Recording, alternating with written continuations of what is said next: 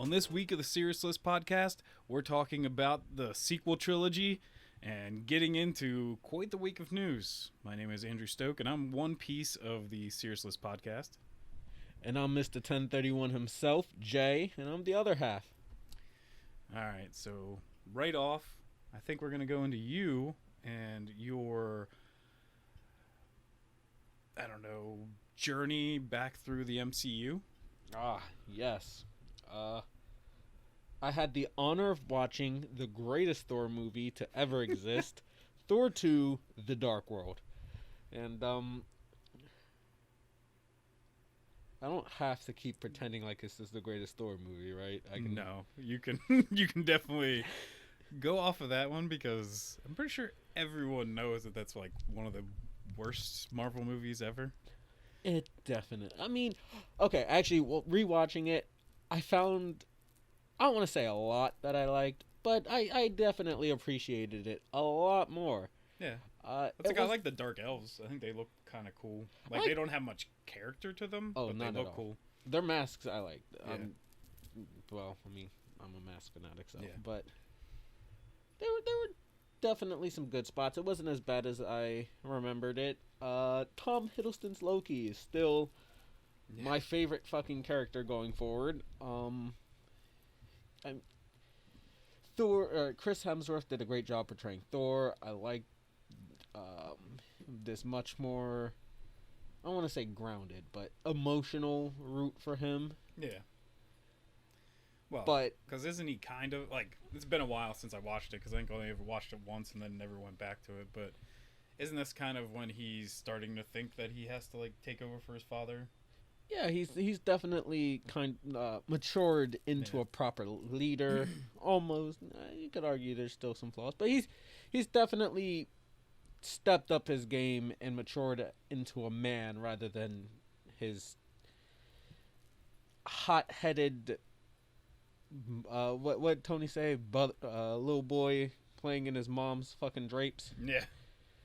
So I definitely think Chris Hemsworth did a really good job at portraying it, but just Loki stole the show.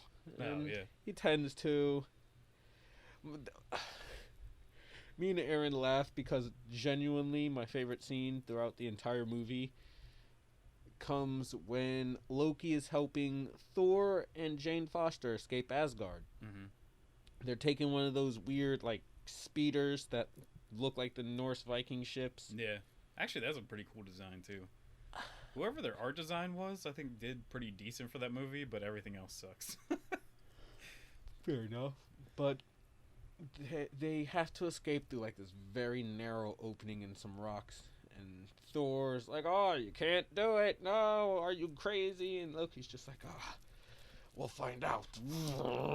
They fucking fly through, narrowly make it. They escape on the other side. And as soon as they do, you just hear Loki go, ta-da, as they fucking crash on the outside to safety. And I don't know. Love it. It's my favorite scene. I think you'd be hard-pressed of any movie that has, like, a flying ship in it for it to not have that scene in it. Pretty sure almost, like, everything ever has, like, oh no, the gap's closing. We gotta try to make it out. Oh, no, not the gap closing. That's not the part. Oh, but it's Loki going, ta-da. Yeah, but I mean, still, like, that it's a pretty cliche thing of being like, this ship's way too big for that. You can't make it through. I've seen enough porn to know that's not how it works. Yeah, I've read science. It just gets bigger. Yeah. Bro, I watch hentai. That's how it works. Yeah. You just push a little harder. So now, my actual probably favorite Marvel movie you watch next is Guardians of the Galaxy. Yeah. God, you know what? Before we get to this, I still got a couple things I want to say about Thor 2: The Dark World, the greatest Thor movie of all time. Yes. And that's primarily the fact that after I never learned his name. I don't know if he has a name. I'm sure he has a name. The big thuggish monster that took on some of the Aether in prison and Yeah. I'm gonna just call him the Brute, but like from Halo. Yeah, that's exactly the reference I was making. They do the little trick where Loki fake betrays Thor, fake cuts off his hand, and I do like the scene. I thoroughly enjoy seeing Loki's deceptive magic used for more than just himself. But ultimately it ends with Malekith escaping and leaving the Brute behind to take care of Thor and Loki and a couple like lowly grunts that tag along with the Brute. But the battle ultimately climaxes in Thor getting his fucking ass kicked, which I was like, God, Thor, fucking do something. He's like, come to me, Mjolnir. And the fucking Brute's just like, fuck out of here. And smacks the hammer into a mountain. Thor's getting fucking demolished. And Loki's like, I'm gonna just run you through with a broadsword. And the Brute's like, 'tis but a flesh wound. And gives Loki a fucking bear hug, running him through on the same broadsword. And Loki's just like, I'll see you in hell, beast. And it's because he activated some weird fucking black hole grenades that the Dark Elves have. And it siphons the fucking Brute inside out or whatever. But Loki is left as he dies, quote unquote, in Thor's arm. And after Loki dies, I just became so fucking bored with the movie that I genuinely don't remember anything else that happens. I don't know, the whole weird thing where they end up in like England and then have to summon some portal stuff, or I don't know, I forget. Also, you get, like pieces of flashbacks from it, but that's basically it.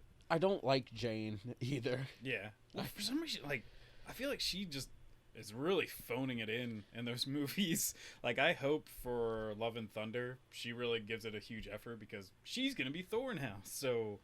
Like, I think Natalie Portman can actually be a good actress, but all of the Thor movies, I think she just, like, really phones that in, or it could be the directors or the writing. It's just, like, act kind of dry or something. Like, I don't know what the point of that is, but... for me, it's not even her acting. I can't really... Again, these are just leisurely watch-throughs. I'm not trying to pick apart things for her stuff, but... I wasn't even pissed off or anything about her acting. I was just the character of Jane. In these movies, I don't like. But she did change that man, because for some reason, millennia upon millennia upon millennia, he still acted like a child. But now, sometimes he's acting like an actual hero, or unless you can contribute that to like Tony Stark and Captain America and stuff. But well, I mean. Because this is after Avengers, right? In the timeline? Yeah, it is. There's the scene where... Oh God, here it goes. The fucking should-be name of our podcast. I don't remember what the fuck the name is. What's Jane's intern's name? Darcy. Darcy. Yeah.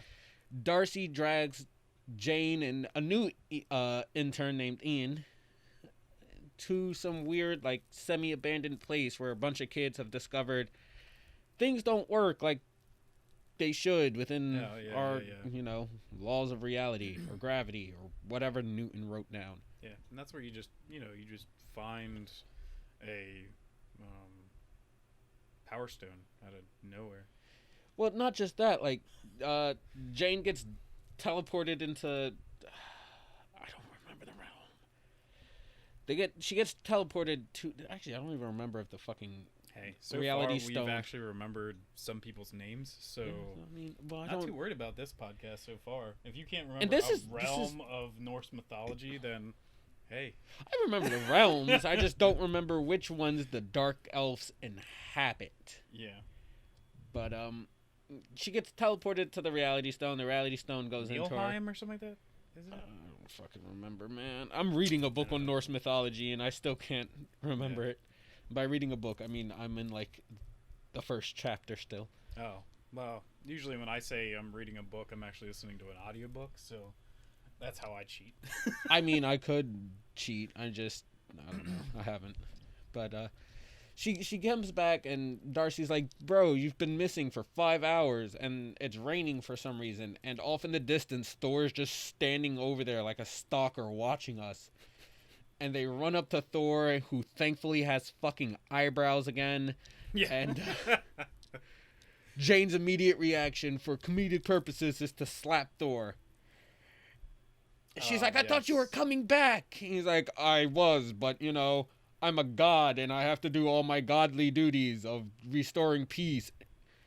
And she slaps him again, and she's like, oh, but you were in New York. And I'm just like, bitch, did you not see why he was in New York? Did you not see what happened in New York? You don't think maybe there's a fucking excuse as to why he didn't come and visit you?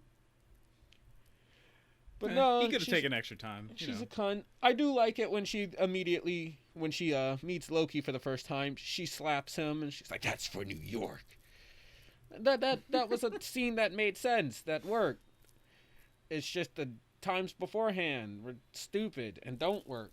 Also, I was laughing because when Odin realizes it is the reality stone that's living in her blood, the Aether or whatever they called it, he takes Jane and Thor to his treasure room where he opens this big book of exposition that just tells you the entire backstory between Asgard and Dark Elves and the reality stone itself. Mm-hmm. And then he closes the book. And they're like, okay, so, yeah, you got a cure? Does the book tell you about a cure? Anything in face? And he's like, no. And then they just leave the room. Nah. Like, you could have just told them that. You didn't need to look at a fucking book. Hey, he was just making sure, check your resources. He had to write down where he got his sources and stuff. So. No, he just wanted to show off a fucking fancy pop-up book that he had in his goddamn dungeon. He's like, Thor doesn't like me reading to him. He says, it's not what real warriors do. Real warriors go out into battle. I just want to read the books. But that's definitely Scandinavian. That sounds just like Sir Anthony Hawkins. Don't at me on that one. But I think that's mostly of what I had to talk about for Thor Dark World. It's not that great of a movie. Yeah, I tried to cut you off way too early. Honestly, I wanted to talk about a better movie, but well, I mean, hey, we got to hammer home the specialness of the best Thor movie ever. Yeah. So it's probably the only movie that I can think of off the top of my head that is worse than Captain Marvel. Other movies may rival Captain Marvel, but I think that's the only one that is genuinely worse than it. Yeah. Like, I think other thing, too, that movie fails at, and a lot of movies with these super powerful characters, that I will give it to the Russos, that I think they do a better job at, is making these heroes feel powerful. Like, I don't think you ever feel like Thor's a god in, like, almost any of the movies he's in. Like, you never feel like, holy crap, like, he's insanely powerful. But, like, then you watch, like, Winter Soldier with Captain America. And that first opening scene with Cap running around that ship just beating the shit out of guys. Like, his just kicks throw a dude back, like, 30 feet and smash him into, like, metal. They really sell you on, like, even how much, like, Captain America is different than a normal human being. But I just feel like even to, like, the elves and everything that Thor fights, you never are like, oh, yeah, he is a god. Like, he's supposed to be insanely powerful. I think you kind of get it, once again, at the very beginning of Thor Dark World, because I think what they're fighting, like, just some random people, and there's, like, another rock guy that's kind of like the rock guy that he destroys or that he befriends in Ragnarok. Yeah, and he one-shots it, yeah. Turns into pebbles. But that's, like, one of the few times, even in that movie, that you're like, oh, Mjolnir and the God of Thunder are actually pretty good at fighting. And it's funny, because that's actually going to be the basis of my counter-argument. I think you're wrong about Thor. I think every movie gives him, or every movie that I've watched so far, gives him, like, one moment where it reminds you that, hey, he's super strong and he's a god. The first Thor movie, when they go to Jotunheim, they get overwhelmed and he's just like, ha ha ha, smash, and fucking send shockwaves for miles. And you could argue, oh, well, that's just because it's all ice, blah, blah, blah. But still, he does one move and it destroys a shit ton of land. Yeah.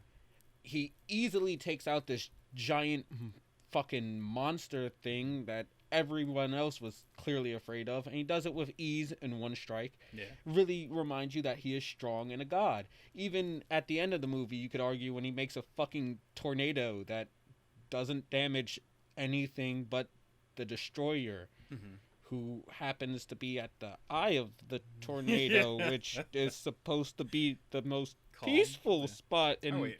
Or is that just hurricanes and not tornadoes? I think tornadoes are just wind. Period. Whatever, I'm just calling it... I'm using them interchangeably. They're fucking synonymous as far as I care with this goddamn Thor just shit. Big old windy boys. Yeah, whatever. It's supposed to damage things outside of just one single entity inside of it. Yeah.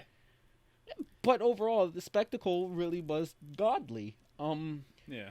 But, like, I still, like... I think almost everyone fails to really sell super powerful people. Like, even, like, especially Civil War and stuff, like, back to the Russos, and I think they do a bad job there, is, like, Vision basically doesn't show up that whole entire time, and Vision is, like, on the same level as, like, a Thor. I think even sometimes in the comic books they make him more powerful than Thor. So they just kind of, like, wrote him out of that fight. The only part that he has in that fight is actually being the person that cripples Rhodey instead of being Falcon's fault, because it's really him that blasts him instead. And but, like, I think, even though I'm not really a big fan of the Zack Snyder movies, because I think they're way too dark and kind of dumb in some ways being dark, that he at least sells that, like, Superman's freaking powerful. Superman can, like, destroy, like, cities if he wanted to, and other people with just the same power as him can do the same thing, and then other people don't like that. So I don't know, I guess there's no happy medium on being like, here's power levels of superheroes, because you can't show them actually doing anything. Well, they have to scream while they're showing their power levels off. Haven't you watched Dragon Ball? Dragon Ball, yeah. But I guess it's time we get to one of your favorite movies in the Guardians of the Galaxy. And so, did you know that in Thor 2, The Dark World... Yes, the collector's in that movie. So, then we can come over to the better movie. I don't know. Like, you just watched it, so I guess I'll go off of what you think. But, man, I just love those characters. Like, oh, I do too. For, like, the thing is even, like, I'm a crazy comic book nerd, and yeah, I know who Rocket and Star-Lord and some of these people are, but I didn't read any of those comics, because I'm like, those comics are shit. Like, everybody knew those comics were shit. But that just goes down to, like, the genius of James Gunn, which I hope he makes an amazing Suicide Squad movie now that it's in his hands, because he took people that not a single Marvel fan could give a shit about and was just like, hey, I'm gonna make you fucking fall in love with these people because they're amazing. Like, it's... And then even Marvel themselves now are basing basically their comic books off of his versions of these characters. Like, Star-Lord wasn't funny before. He was a very serious character. Yeah. Now he's, like, super hilarious even in the comics. Rocket was still, like, an asshole, but, like, they gave him more life and stuff like that, that he's kind of, like, tortured and everything. Like, and, like, yeah, I know Groot and stuff can be, like, kind of not really a character. Like, I also hate in movies, like, I love Star Wars, but when you have so many characters that don't actually speak a language that means anything, it can kind of be just, like, dumb. But, like, man, just down to even, like, Drax, like, going into that movie, I was like, even if all these other people are awesome, what is this? Yeah, you probably know his name. The guy that plays Drax. Batista. Dave Batista. Yeah. Like, Batista could fall apart. Like, his acting, like, yeah, he's a wrestler and that has, like, major acting points. But I'm like, even Batista as a wrestler wasn't a talker. He's not really, like, that kind of person. So when he came out and, like, are hitting all these jokes, like, perfectly, I was like, this is amazing. I was like, put Batista in everything because I hope he's awesome. Like, and, oh, man. Just You were worried about Batista being in this movie? I was worried about Vin Diesel. He didn't have to do anything. I already knew. I that. don't care. Have you seen Fast and Furious? Yeah, but I also knew that Groot, like that he only says Groot, so I wasn't I too don't worried care. about it. I was still scared. But yeah, I wholeheartedly agree that Guardians of the Galaxy is up there with the original Iron Man in my opinion, where if you want to make like a top 5, you gotta have it somewhere there. All of the characters are somehow, you know what it reminds me of? It reminds me of Konosuba. Have you ever watched? Mm-hmm. Oh, it's a great anime. It's probably one of my favorite isekais, I think is the going to the another world anime style, right? I don't know. But every single character, this goes for both shows, they're assholes. Yeah. Undeniable assholes. They don't, it doesn't matter. Nobody really goes out of their way to show that they're good. All of them are selfish pricks, usually with a sense of humor and a sharp tongue. And it's just great to watch them be dicks to each other and everyone else together. Yeah, like even like I talked before about Marvel not having any nuts and Disney basically being like not wanting to do stuff with Tony Stark and stuff that they could have. But even down to like their marketing for Guardians of the Galaxy was literally like the universe's biggest assholes like coming together, and you're like, wow, that's actually kind of cool marketing that you're actually like pushing this way, and you're like, yeah, these guys are kind of just all garbage. And like they do even sell me on like the Ravager thing in the comic books is a thing, and really I think the Guardians are kind of, they are Ravagers in the old comic books, so they all have like the Ravager suits and stuff like that, so it kind of gives you like this pirate kind of theme thing too. But I don't know, they just like, it's also like this back to like old like Seven Samurai or something like that, like where you have like, yeah, some of these characters are really good at what they do, like Gamora is like an amazing fighter and Drax is an amazing fighter, but you also just have these goofballs that think they're like something, but they still come together and like save the world. It's just like a Seven Samurai, Magnificent Seven kind of thing. And I think it's really cool. So you brought up Drax as an amazing fighter, and I just kind of. Yeah. Well, I have a major question, because there's the scene where they're in nowhere. Drax calls Ronan the Accursed, I think. No, was he still the Ronan Destroyer? the Destroyer, yeah. But I want to say they also called him like the Accursed or the Accuser or something. Yeah, no, it's Ronan the Accuser. He's Drax the Destroyer. Yeah. Okay, thank you, because I'm drunk. Yeah, Drax calls Ronan the Accuser over, and they get in a fight. And like the scene prior, they established that Drax is drunk. Yeah. He is shit-faced. Rocket's shit-faced. I don't know if Groot's shit-faced, because I don't know if Groot can get shit-faced. Yeah. But he's a plant. He can absorb stuff. Drax and Rocket are drunk. They get into a drunken fight. Drax stumbles off to go call Ronan, and yeah, Drax definitely seems a little bit more sober than Rocket does. Yeah. But we don't have anything about Drax's alien physiology that might explain him being like, oh, we sober up much quicker than a normal person or anything of the sort. So was he still intoxicated when Ronan comes? I think he was still intoxicated, because he's even like not like he's ready to fight, and I think he's still kind of like sloshed. It's like getting into a bar fight where he's just like, like, you killed my family or whatever. I just want to know, because like I feel like it, because his very first attack is he charges at Ronan while he's walking away. Ronan ducks and he just staggers after on the follow through of the blow. Yeah. And then he turns around and they engage. Ronan whoops his ass with no problem. And there's one scene where I fucking laugh.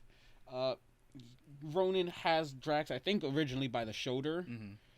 And he's giving him like this Vulcan death pinch or something. Yeah. And Drax fires back by punching him a couple of times in the gut. I think he breaks his armor or chips it or something. And Ronan gets thoroughly pissed. So he grabs him by the throat. And he just lets out this fucking atrocious battle cry. It's just a pure scream. It doesn't even sound intimidating. It sounds hysterical almost. Yeah. And I don't know if it's because of the bad fight choreography that a lot of Marvel movies have, where it's just a bunch of edits and quick cuts that convey everything. But he like makes Drax do a fucking standing front flip and then choke slams him, and it's like the very weirdest. It's the weirdest thing I think I've ever seen in any fight, especially in a Marvel movie. Yeah. I still, to this day, and by this day I mean I watched it last night, so I still, a few hours later, I'm trying to fucking fathom what happened in that scene. Yeah. I also want to know why Ronan didn't just... I mean, I know why. It's because Drax can't die yet. We have the rest of the movie. But why didn't Ronan just kill him right there? Instead, he fucking throws him into this vat of... I think it was the celestial spinal fluid from nowhere. But he just, like, dunks him in a vat of goop like he's goddamn Harley Quinn. Well, I think also... Maybe that stuff, because of how thick it is, would have killed, like, a normal person. And maybe Ronan just thought nothing of him. That he was just like, he'll die. Like, who cares? Yeah, but that's still stupid. I don't know, maybe step on his head and crush it like a goddamn watermelon. Watermelon. I feel like that would be much simpler, much faster, much easier. Yeah, you gotta clean off your blue suede shoes afterwards, but... Yeah. I mean, you out there about to be a demigod in a minute, fucking flex, stomp a nigga's head. Yeah. So, since we're talking about he's about to be a demigod, how do you feel about the end of that movie that he just gets beaten by basically a dance-off / subterfuge for getting the Power Stone and being defeated by just a bunch of assholes standing in a line and holding the Power Stone? Okay, first off, the dance-off is genuinely amazing. I know a lot of people probably hate it because it's stupid. I love it. It's so great. But it's something different that breaks up the third act monotony of the big final boss fight, and I like that because I'm sick and tired of seeing this fucking trend that a lot of superheroes movies have, where it's just I am good guy. I fight bad guy who has all the same powers as me, but in a slightly darker costume. Well, and I feel like, too, it's like James Gunn's way of being like, yeah, my villain is just like basically the villain from Dark World or any other like shitty Marvel movie like villain where he doesn't talk much. He's got no personality. So let's just make a mockery of him. Like, let's basically like kind of make fun of him by being like, no, we're not going to have some gigantic, huge final battle. We're just going to be like, hey, let's catch you off guard because there's no way you can figure out what the hell this guy's doing. Like, I love it though. Yeah. The fucking dance moves.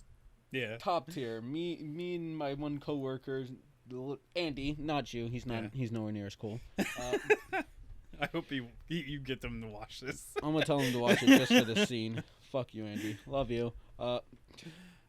Me and him do dumbass dance-offs in the aisles. We'll see each other. We'll stop and we'll point. We'll just do dumbass moves, and half of mine are ripped clean from Chris Pratt. But I don't know. I just find it fucking hilarious. He's singing along, or I guess not along because the music's not actually playing in the scene. But he's singing. Break it down. He gets into it, and then he's just like, "Oh, this is a distraction." Yeah. Love it. Well, because even him just telling him then, because he's just like, stop this, like, whatever, and he's like, hey, idiot, like, this was a distraction.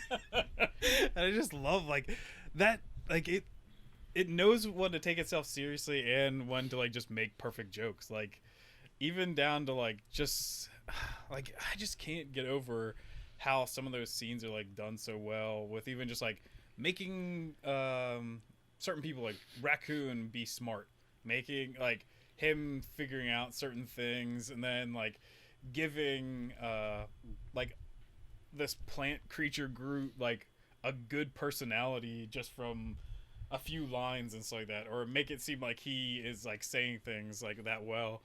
And then the like relationship that kind of grows with Gamora and Star-Lord is kind of cool. And I definitely think Guardians of the Galaxy is peak Marvel humor. Yeah. Because it's lathered throughout the movie. it is a core part of the movie, but it never overstays its welcome. It fades away so you can have these emotional scenes, and it knows when to flare up to defuse tension without completely killing the moment. Yeah.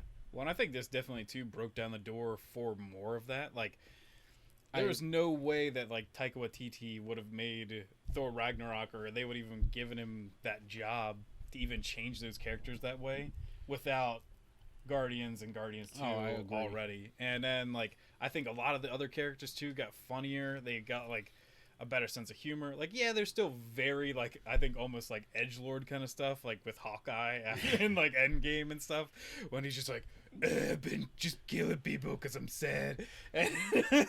Well, I feel like what happened was a lot of their characters, barring like Tony, have a very dry wit. Their comedy comes from just this really sharp comeback, this rapport that they have with others. Yeah. Whereas Guardians of the Galaxy really opened it up to more goofy caricatures of themselves, just overall more funny moments that tend to happen as a consequence to these actions, like your dumbass scenes of, I don't know, what is it, like the dumb scenes where you got somebody doing their daily routine with like this massive fight going on around them and they're completely oblivious.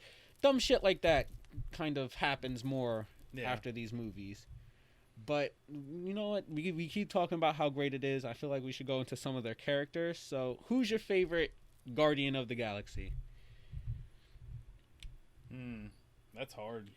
I think I'd have to say Star-Lord. Like, he's not like a good fighter, but it's just like that character. Like, I did, like, even though I said I wasn't gonna read any Guardians of the Galaxy comic books, I have some in like buried somewhere, and I definitely did read like certain volumes of them. That guy was so just dry. He was like your normal hero kind of person, and then find Chris Pratt and just he kills it. Like, I know some people don't like him because his views and stuff, but that dude is fucking hilarious, and he just kills it in that movie. And it's also could be down to writing and stuff, but like Chris Pratt really nails it and other stuff. So like it just, that character, especially just for improvement, just knocks it out of the park. But it's just like he just edges out people, because like Drax is really great with his jokes. Rocket is probably like actually like my close second, because he is such a dick that I love. Like, especially like, I guess we won't get into it yet too much, but like especially even like the second movie, you get more of that, like he's a hurting like animal, even though like he's sentient and everything. He's still like messed up inside, and he doesn't know how to like love people, so he deflects all the time. So like they gave him like so much more character, and you're just like, so instead of him just being this asshole that laughs and stuff all the time, he's actually like a really smart, thoughtful character, and you're just like, wow, like you barely did this with like Thor and Iron Man and Captain America, but you did it with a fucking raccoon. Like, that's insane to me. Like, like they just really knocked those characters out of the park. And then when you want to build on them, like in Endgame and Infinity War, it's so easy because they're already established to be these like really outlandish people compared to everyone else. Like, I feel like it's crazy that a lot of the Guardians of the Galaxy characters do actually have a pretty big role in those movies, for them not being like big Marvel characters. I don't know, it's just cool. So for me, I'm kind of your reverse. Rocket Raccoon is my favorite character. I don't, like I said, like you mentioned, I'm gonna try and save the aspects of him being hurting and all that for the second movie, where they really delve into it. But what this movie does give us is it shows Rocket is incredibly smart. He said the prison breakout. Yeah. He comes out with a plan to escape, and after Groot's misplaced kindness and eagerness to help, he essentially has to throw his plan to the wayside and construct it on the fly, as you know, everything goes to hell. Clearly he's smart, He's very quick-witted, and I love it. It's great, smart character, yay. But he's so rash and emotional. He so many different scenes where he's just fueled by pure emotion, and a lot of it does set the groundwork for his character in the sequel. Yeah, well, when he breaks down because his like only friend in the universe dies, I'm like, oh god, like I didn't. This is not the movie I thought I was like maybe gonna tear up, and I was just like, holy shit, like what, like, why are you doing this?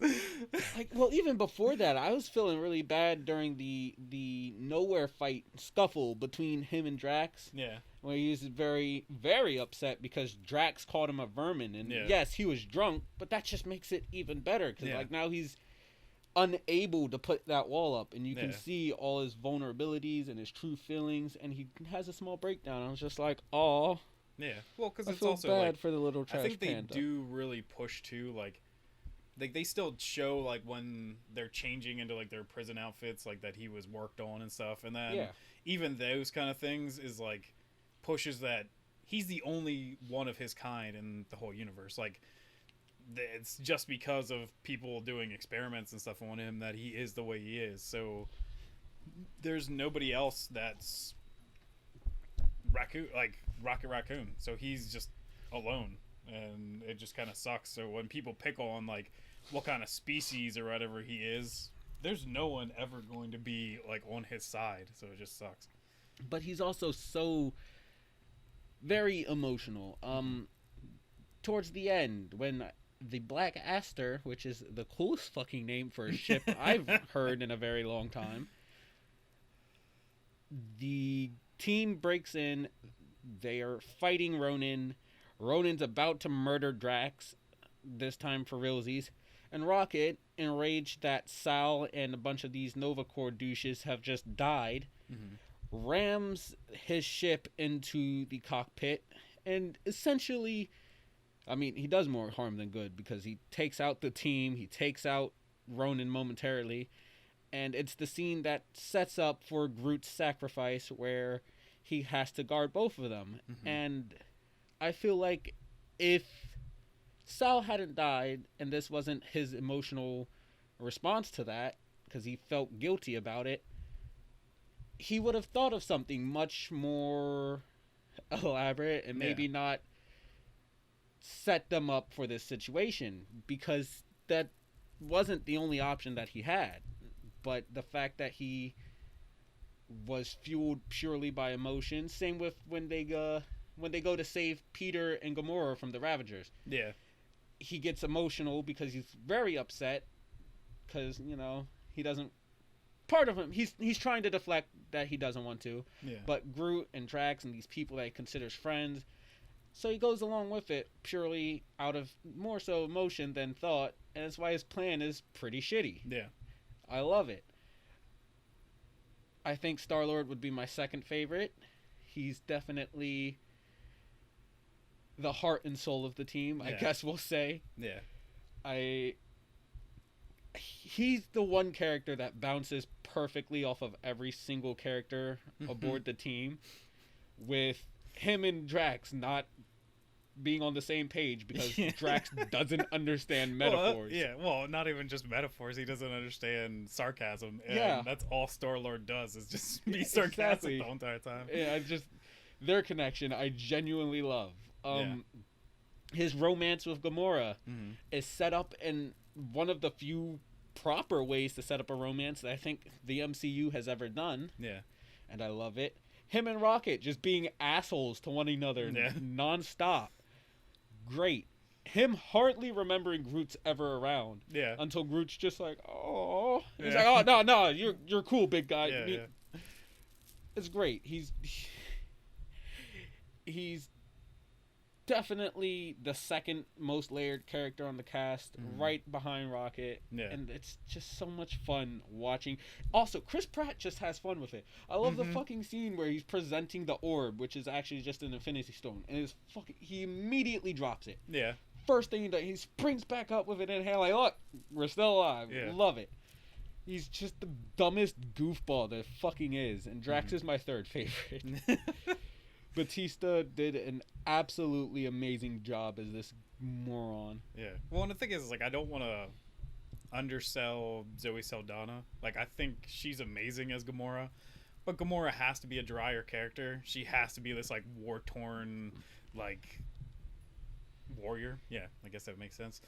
But like, she gets a lot of cool scenes and stuff too with Star-Lord, and then with dealing with like the problems with her father and stuff, and then that bleeds into the rest of the Marvel like universe and stuff. So I don't want to also be like, well, these guys are great, but she sucks.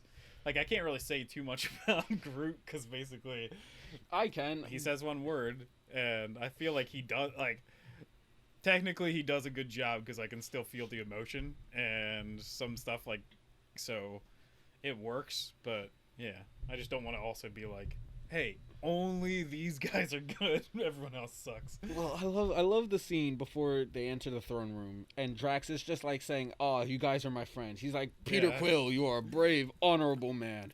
And if I die today, I'll be happy to go with you into battle. Yeah. And you, big stupid tree, you are also my friend. And you, green whore." and I also like the fact that Gamora can, for the most part, withstand Drax and his fucking stupidity. Is obviously his understandable dislike towards her. Yeah. But I like the fact that she can withstand it. For the most part, she tolerates it. She does bark back with a couple... They are more on the dry side, insults and retorts, but I should like the scene because when she's like, "I've had enough," and she goes to snap, Nebula jumps in and she's like, "Ah, fuck you, Gamora, I hate you, my sister," and Drax shoots her out the way like it's nothing. He's just like, "Nobody does that to my friends." Yeah. Well, it's just... also to talk about power levels and screaming is when everyone's in that like hallway fighting, and then Groot comes out of like nowhere and just impales like 30 people, and he's just like, "Aah!" And then like kills all these dudes, and then everyone kind of like turns around and is like, "Oh, okay." Yeah, he's like, like, well, Groot? No, you want to mention screaming during the prison breakout after Rocket gets his gun and he's standing on Groot shooting all the things. Groot stops fighting. I watched that scene again. And at that point, he just stands there intimidatingly and shouts at everything while Rocket shoots it. He's no longer doing anything except holding Rocket. Yeah. But he's just a big mobile turret. Like, that's basically it. I might get some flack for saying this, but I like OG adult Groot more than I like baby Groot or kid Groot or teen Groot or any of the other Groots that come up. Like, I hope by the next time we see Guardians of the Galaxy, which I guess is actually, like, now that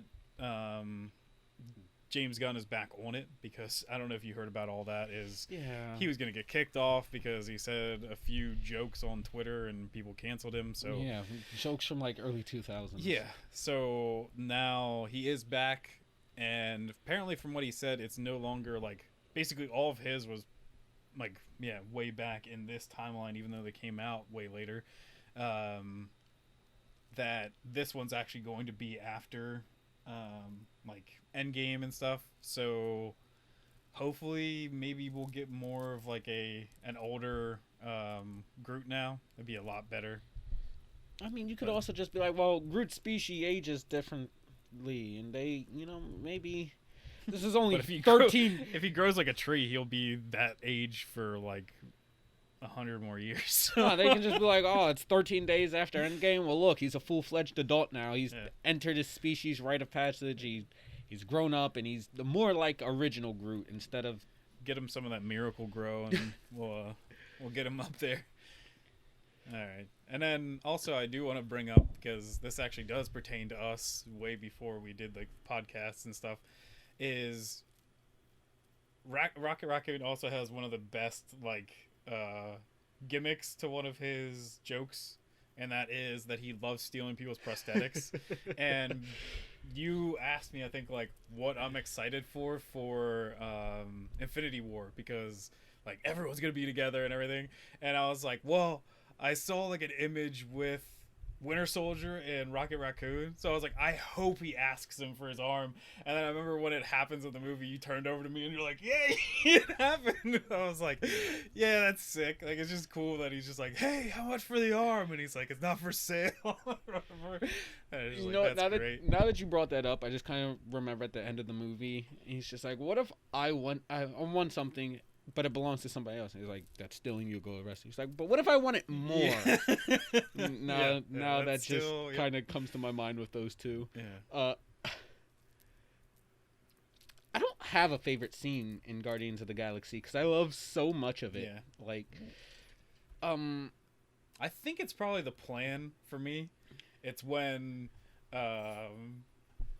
Quill comes up with a plan to basically like 12% of a plan. Yeah, 12% of a plan, and then it goes out to like, because it's like the perfect like first encapsulation of all of them talking together in that movie, because like they all get their like individual scenes with each other and like other funny moments, but that's like the first time it's like, this is the Guardians of the Galaxy, they're finally like supposed to be working together, and his speech basically being like, hey, we're just a bunch of assholes, we're coming together to protect the galaxy and stuff. So it's kind of like what you're like, oh, okay, this is the team now, like a bunch of assholes standing in a circle. Yep.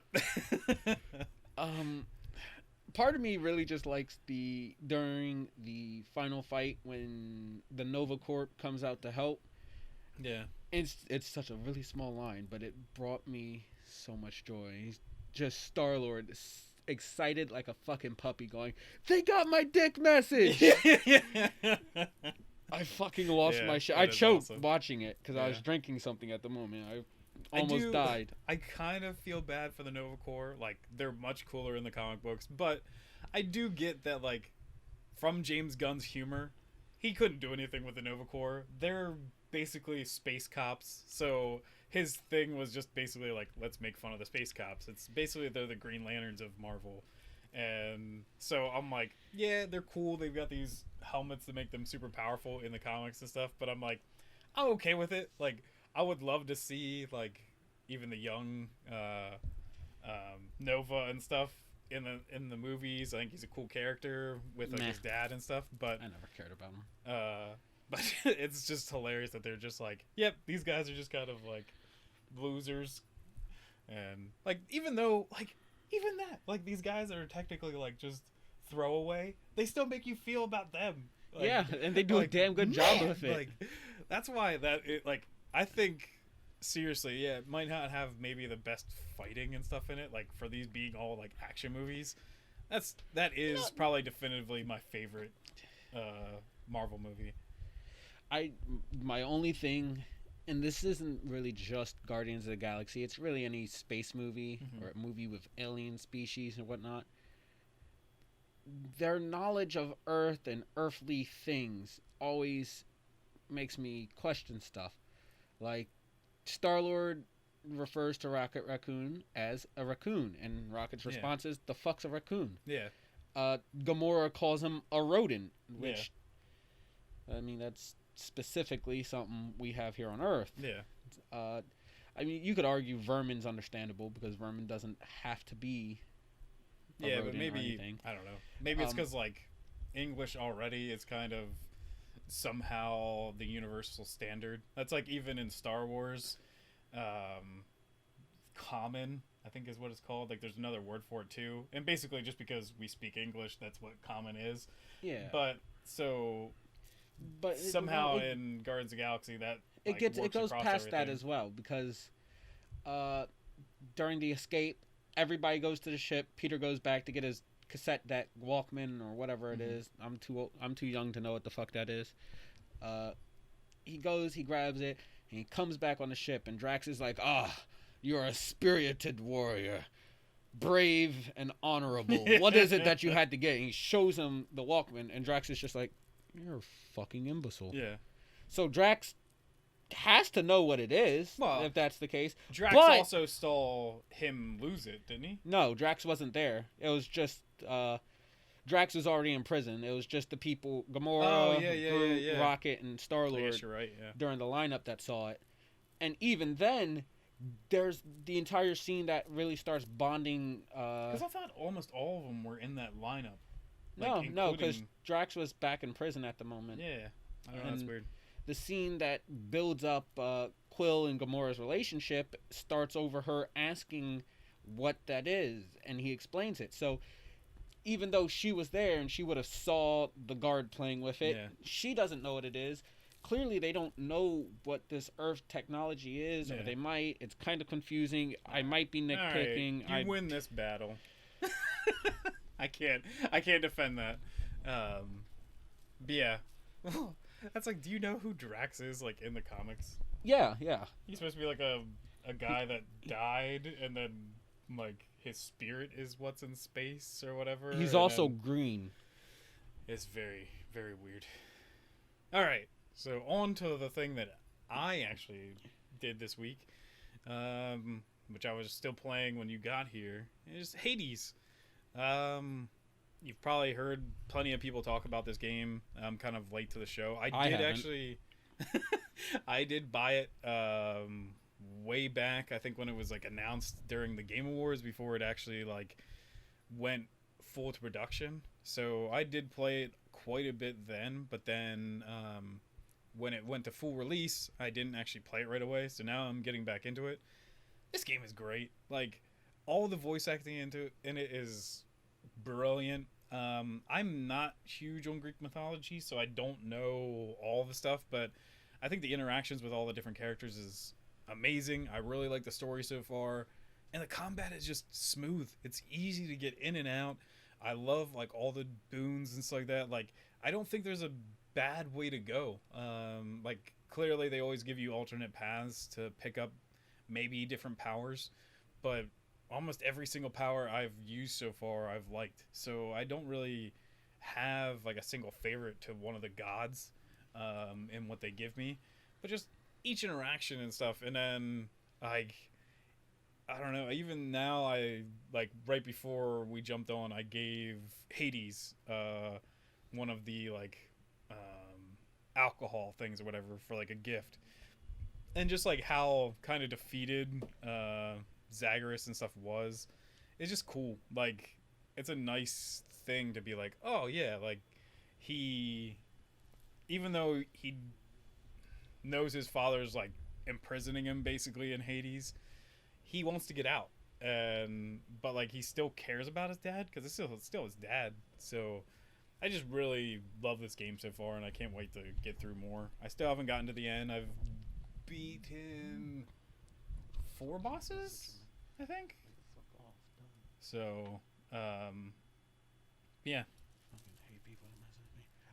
So go ahead and tell me about the fucking people calling me about voting or whatever. Yeah. I'm so sick of the game. I told a person to go fuck themselves the other day. But I was listening. I definitely was. Yeah. But why don't you go over the plot of the game more so than the things you like about it for us people who have no idea what you're talking about. Yeah, Zagreus, I think is how you say his name, is the son of Hades. But I guess all of the rest of his like princes are the sons of Hades and Nyx, which I guess are the like king and queen of Hell or Hades, however you want to say it for this game. But he actually learns, you've learned like from story that he's not Nyx's son, and he doesn't yet know who his mother is from where I am in the story, but he knows it's either like maybe another god or somebody else, because the rest of Olympus knows that he doesn't belong there. So it's basically his climb to try to get out,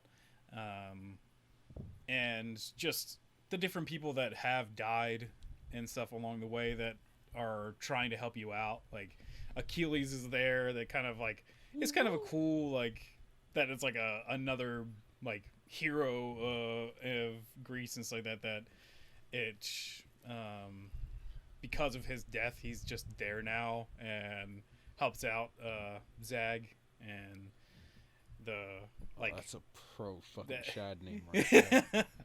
And like Nyx is really cool, that like she's not trying to be like, oh, I'm also with your father, that I like imprisoning you here. Like, she's trying to help him out. Like, she's actually like really nice to him all the time, and I think that's just it's really cool. Like the mix of different characters and his relationship with him. Like, there's even this.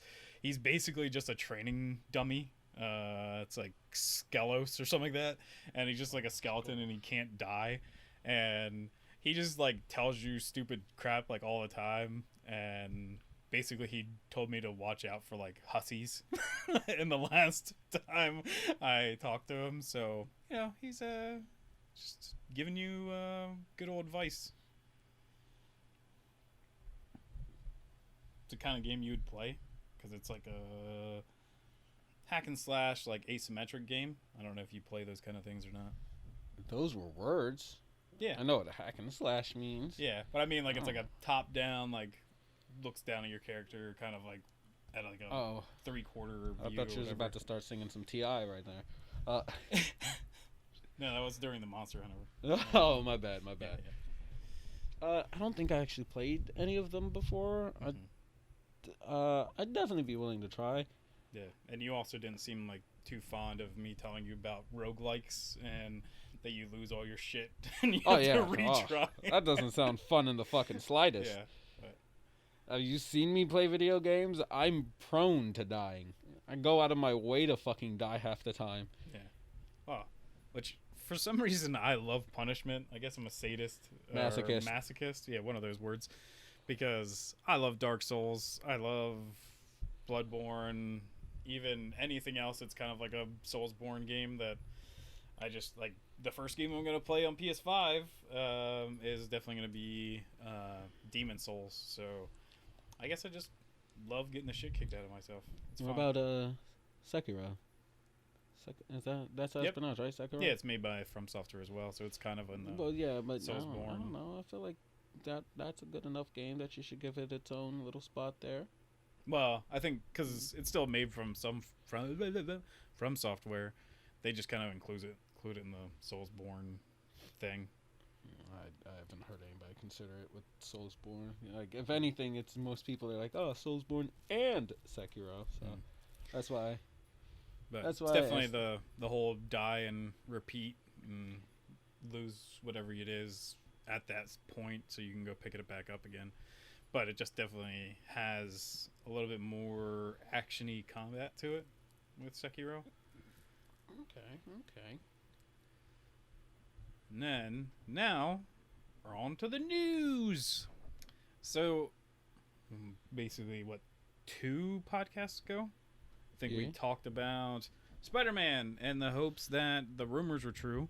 And Tom Holland has tweeted out that they're starting filming in Atlanta for Spider-Man 3. Woo! And all the different actors and stuff also tweeting out and saying stuff about showing up.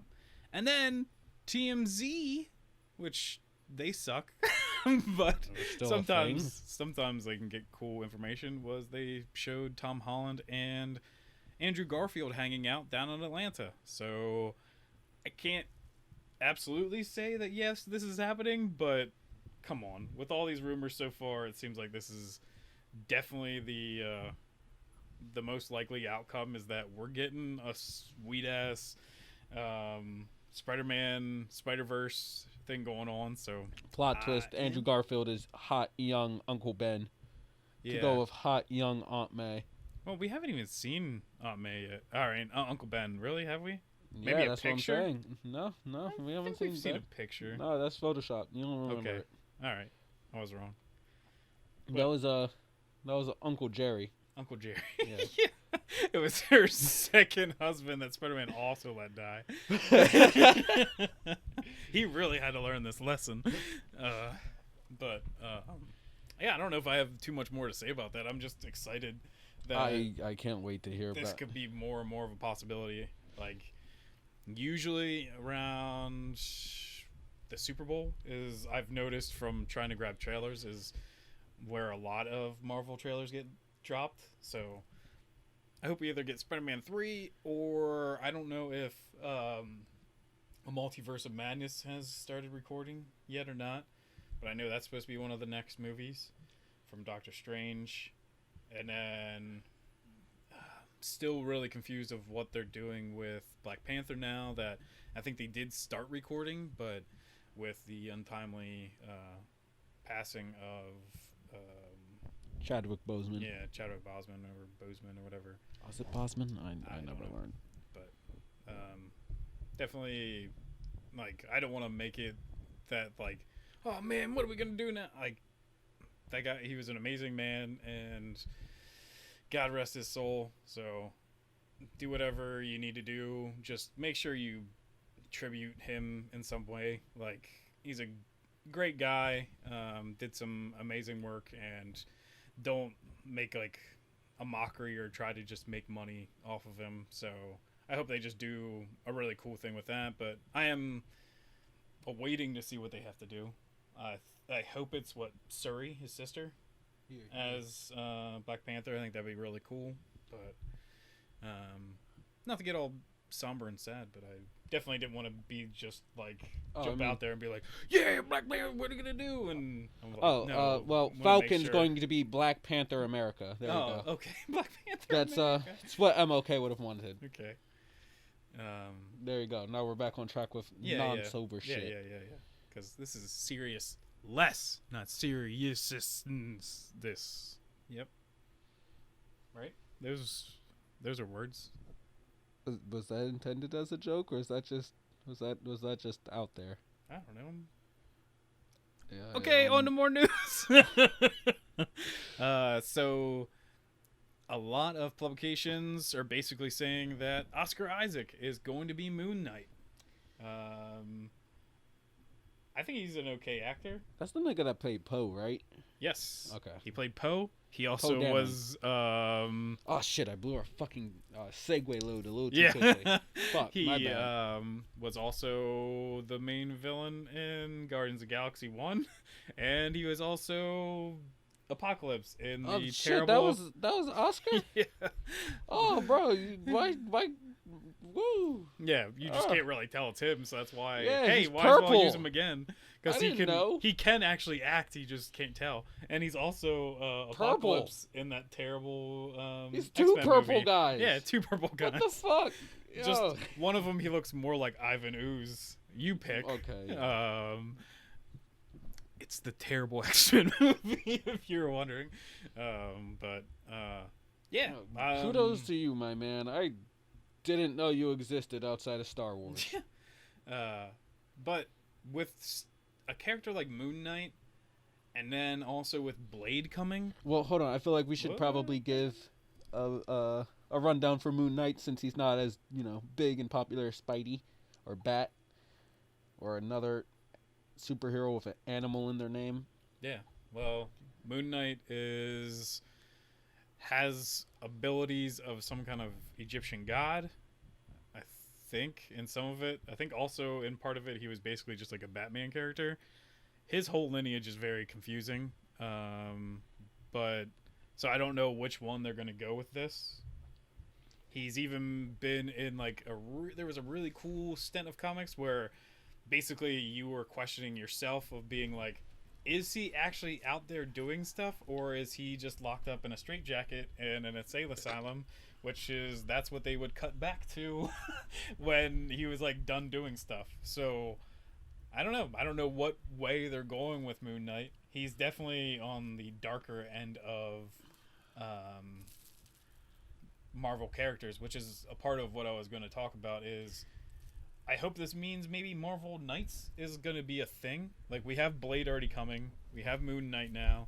If they bring back John Barenthal as, like, Punisher, and also get us a Ghost Rider. And I think I heard about Keanu Reeves maybe being connected to that. I heard rumors, and I think it's pretty sick, because especially I think we could see Keanu Reeves do his own motorcycle stunts. The dude even owns, like, his own motorcycle company, so that'd be pretty sick to see him do some badass stuff. And then even if they put in Reyes from like the Shield series, because I think they did a really damn good job on his Ghost Rider. So, but I don't know if they really want to mix the whole like shows and stuff. I didn't care for Reyes' Ghost Rider. Really? Well, not even just in Agents of Shield. I just didn't care for Gabriel Reyes is a ghostwriter in general, but that's a topic for a whole different video. But go on. Yeah.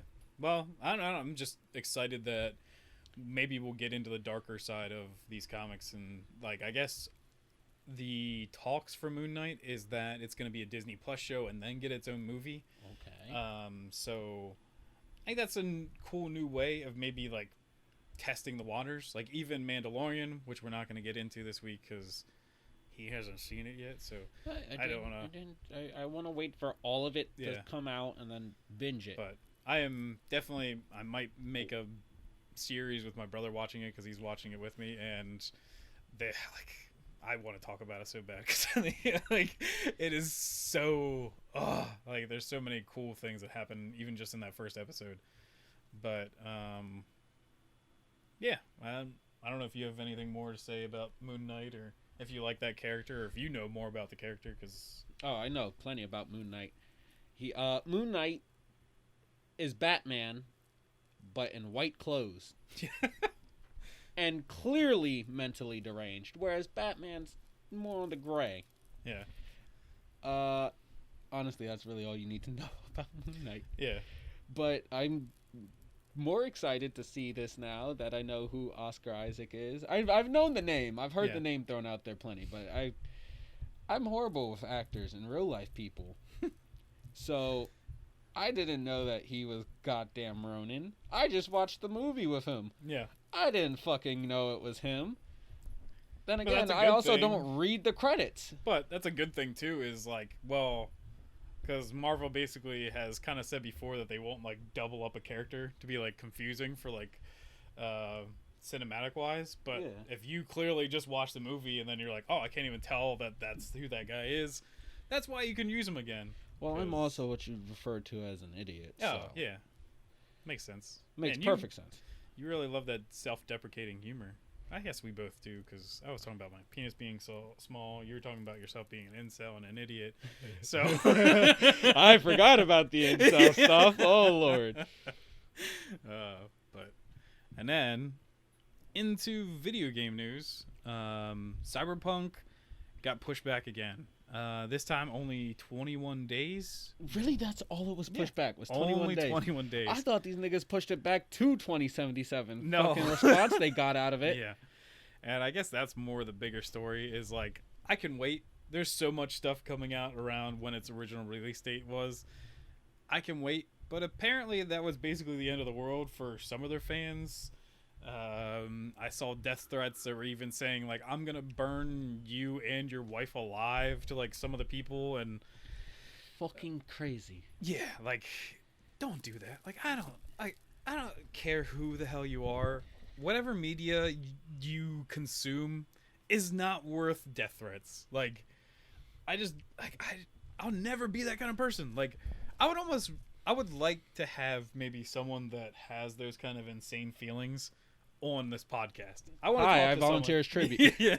Like I want to know somebody like, why would that make you so angry? Like what in your life makes you feel that way? Like I just in general, over video games, over a delay, don't send death threats. Yeah. This even extends to The Last of Us 2. I don't know her name. Shocker. Welcome to our fucking podcast. The chick that voiced Abby. Yeah.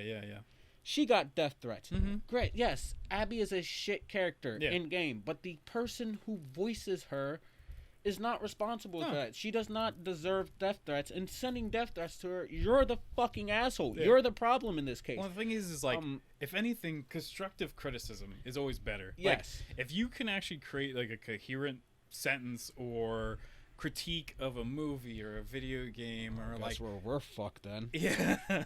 Or at least like give a real response of why this person or thing makes you angry, you're gonna get so much better of a response than just being like, I'm gonna fucking kill you because you did this to this character. And you're like, it's not that person's fault. Like I don't understand at all. Like, and then even if you're gonna go after like the writers or creators or directors of those shows, it's not their fault either. They're just trying to tell a compelling story. Like, yes, I don't think I really like what happens in stuff like Last of Us. We're going to talk about Star Wars later, I am way bigger of a fan of that. I might even take shots in my room then to prove all of the ridiculousness of my the cut into the video of just how much Star Wars stuff I love. But like, I've never felt that I'm like, I want to kill these people for doing these things to Star Wars. I'm like, no, it just makes me sad. It doesn't, like, it makes me, I guess, kind of like upset. But it doesn't. I've never been like, I'm gonna kill the people at Disney or whatever. Like, no, it's, there should never be a point where not even that Jar Jar crosses your Binks mind. deserves it. No. Well, especially like, oh my gosh, bring up Jar Jar Binks. That guy, the guy that played him, I once again can't remember his name. Color me surprised. Yeah, but that I think could be more excused. But the poor guy, like, he couldn't get an acting job. Period. After that, like, not even like, it's so weird that like some people just hated him for the character he was in it, like how he acted, and then he got so much hate from like even like the Jamaican people, because yes, he's African American, but they didn't feel that it was okay that he does like a Jamaican accent, so even those people hated him. So it was just like building more and more, and he actually had this story that he went out and told people just like how terrible his life was. He walked up on a bridge in New York and was about to throw himself off, and wind blew by, like a real big gust of wind, and instead of letting himself go off, he actually like caught himself. So he's like, well, apparently I don't want to die, or I wouldn't have caught myself. So climbed over the bridge. Now he's a father and stuff, and like the guy's definitely dealt with some dark times when all he did was betray a kind of silly, crappy character. Like, it's it. And this guy has like a lifetime of terrible crap. Well, and then not even that. It's, I guess this is a part of how it is for me. Like, I'm a huge Star Wars fan, but I'm also not a terrible Star Wars fan. Like, the people that attacked the girl that plays Rose was also insane, where basically scared her off of any social media, period. So I don't know. Definitely agree that this stuff needs to be talked about, especially like these stories about how bad it gets. But damn, Andy, we only have like 5 subscribers. Stop getting deep, somber, and philosophical. just stick to the script, man. Yeah. Bullying's bad. Yeah. Death threats bad. But hey, trolling can be funny. Like, yes, but it has to be tasteful. Yeah, I know, but I mean, like, because I know a lot of places too, like, and this goes along with video games pretty well, is that like a lot of people talk about you can't do like review bombs. I don't really care if a system lets you review bomb. Who cares if it doesn't agree with you and you want to actually review it? Go ahead. Like, that's like innocent. It might actually like cost some money to the company, but I guarantee the people that are already gonna buy that game are buying that game. So if a game actually does like wrong a group of people or like hurt like a major like fan base, yeah, whatever. Like, that doesn't, like, that's not threatening a human being's life. Like, I don't know. I'm completely neutral on review bombing. I don't use reviews in the first place. Yeah. But reviews I do use, it's me going, oh, Andy, I see you've gotten this game that I am also interested in getting. How do you like it? Yeah. And then I go off their response. But, no, well, I guess that's enough of us solving the world's problems. So, right? Did we solve it? We just told people to do things that the bulk of them aren't going to listen to us anyway. So yeah, don't threaten to kill people, but you can be a troll. That's my final word, because I think trolling is still kind of funny. Like, meh. All right, and then the last thing in news: Netflix making video game shows. And I guess kind of how we feel. I mean, I don't mind it too much. I haven't finished Netflix's The Witcher. Then again, I've never actually played the games too much, so I don't have a real connection to any of it. I like The Witcher. It was good.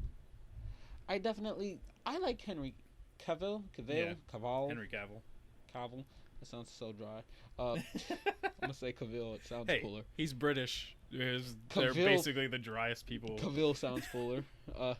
I like Henry Cavill. I know it's probably frowned upon after his portrayal of Superman, but he's a pretty I solid think he actually dude. did good at Superman. Yeah, I do. I think It's the not writing his of the fault. I movie- think it's Zack Snyder's fault. Yeah, but still, we've just been over this with death threats to people who have no real control over things. Yeah.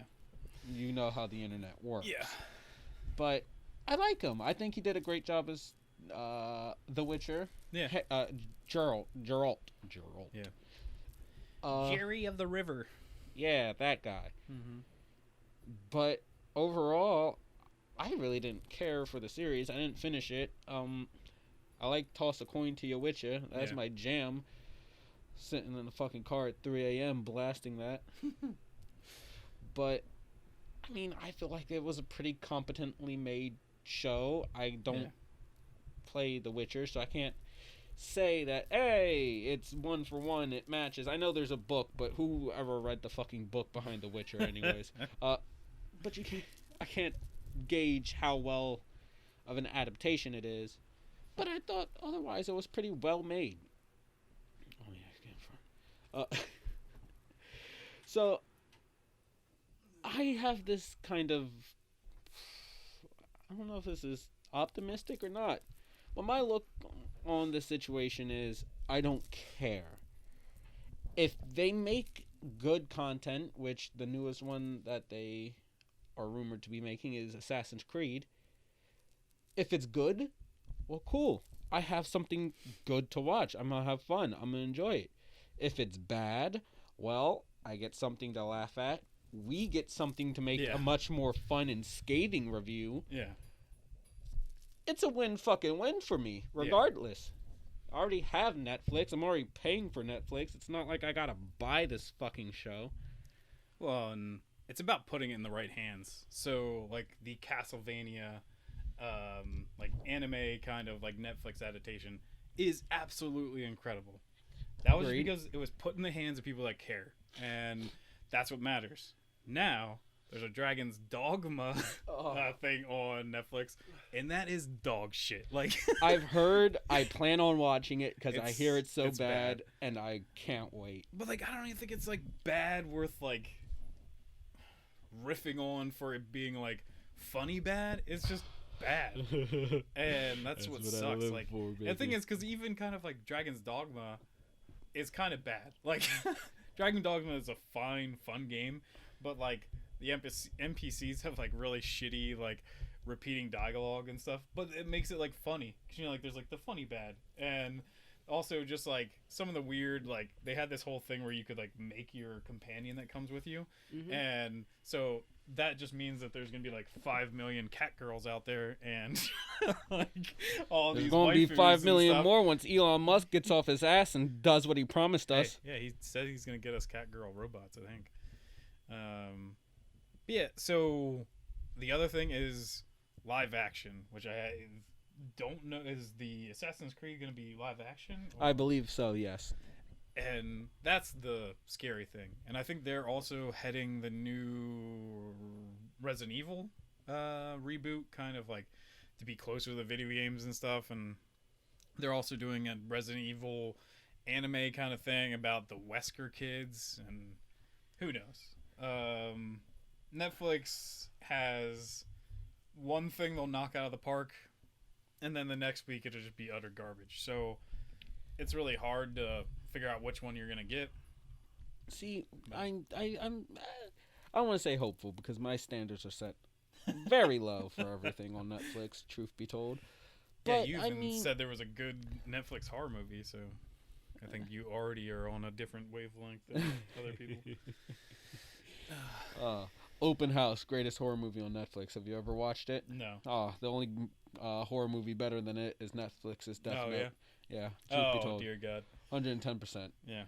But, I mean, Assassin's Creed, I feel like, is a video game franchise where you can get away with live action. You don't need animation to make these more exaggerated characters, reactions, etc., etc. But they also made already a really shitty Assassin's Creed movie. Yeah, but so I mean, it wasn't shitty because it was live action. It was shitty because it was shit. Yeah, well, and it's like, once again, it's about putting it in the right hands. Like, if there's a person that actually cared about Assassin's Creed, like, what it is as a series and what the animus is and stuff, then it would have been a million times better. But no, instead they just were like, hey, can we put this guy in some weird apparatus that he can jump around like in a room? Like, why? It's just like a Neuralink thing. Like, how many sci-fi things have done like a Neuralink thing, and you're just like, nope, he's got to be fully jumping around. That's just how it is. I feel so bad for Michael Fassbender for being in that movie. He's such a great actor. I love him. Yeah. It was great as Magneto, even though wasted his time with those movies. Oh, look. First Class was pretty damn good. I feel like there's another one that was also pretty good. I think First Class is basically one of the only ones I like. There's a second one that was really good. Even going back Age of Apocalypse. There you go. Age of Apocalypse is horrible. That is a really bad movie. Like even Logan, like I thought really that I like loved that movie when it came out, because I think really truly that's probably is like maybe the best thing that Fox did with their licensing. No. Wait a second, Deadpool. But like as like a somber, I guess, story and stuff, Logan's kind of cool. But like, man, they do a lot of stupid shit in that movie. I gotta rewatch it eventually. I might. You know what? I might go through the Fox Marvel stuff after we finish the MCU. Yeah. I don't want to. You gotta watch that in chronological order too. So you watch like the super high definition weird Wolverine movies, and then jump into the old ass X-Men movies that came back in like the early 2000s. I don't even know the fucking chronological order of that shit with all their goddamn time hopping. Yeah. It's my one big flaw with the X-Men is all their time shenanigans. I hate it. I hate it. I hate it. I'm still scared about them coming to the MCU. Like, yeah, they're supposed to, and I love the X-Men. Like, love Cyclops, love Wolverine. Like, love there's Nightcrawler. so many cool thing. Yeah, Nightcrawler's really sick. Gambit's sick. Rogue Colossus too. But the thing is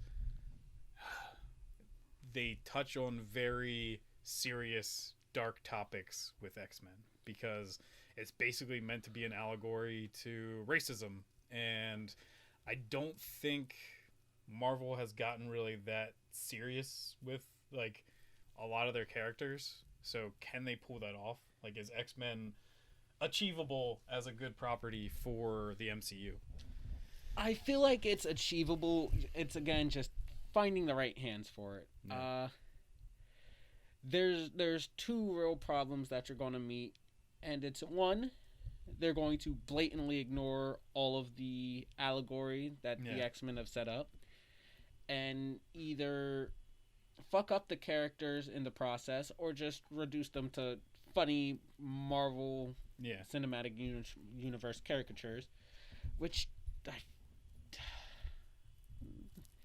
it's not ideal. No. Or they're going to lean overly into the political side of things. You know, they're going to try and modernize it and fit it in with things like the LGBT plus movement, everything connected to Black Lives Matter, George Floyd, and all this stuff. Yeah. And they're going to miss the mark of the X-Men because they're going to be preaching their own ideological views rather than make an actual X-Men story. And that's the problem with... That's my problem with a lot of comics right now, is a lot of people are telling their political views and fantasies over... just giving you a good story. Making a good story that happens to hold your values. Yeah. And that's honestly what's most likely going to happen is one of those two choices. Also, I just thought too, I'm like, well, the X-Men and mutants in general aren't established in Marvel right now, in the MCU. So basically you have to use one of the cataclysms, like when the snap happened or something, to be like, this is when mutants were created. Which can work, essentially. So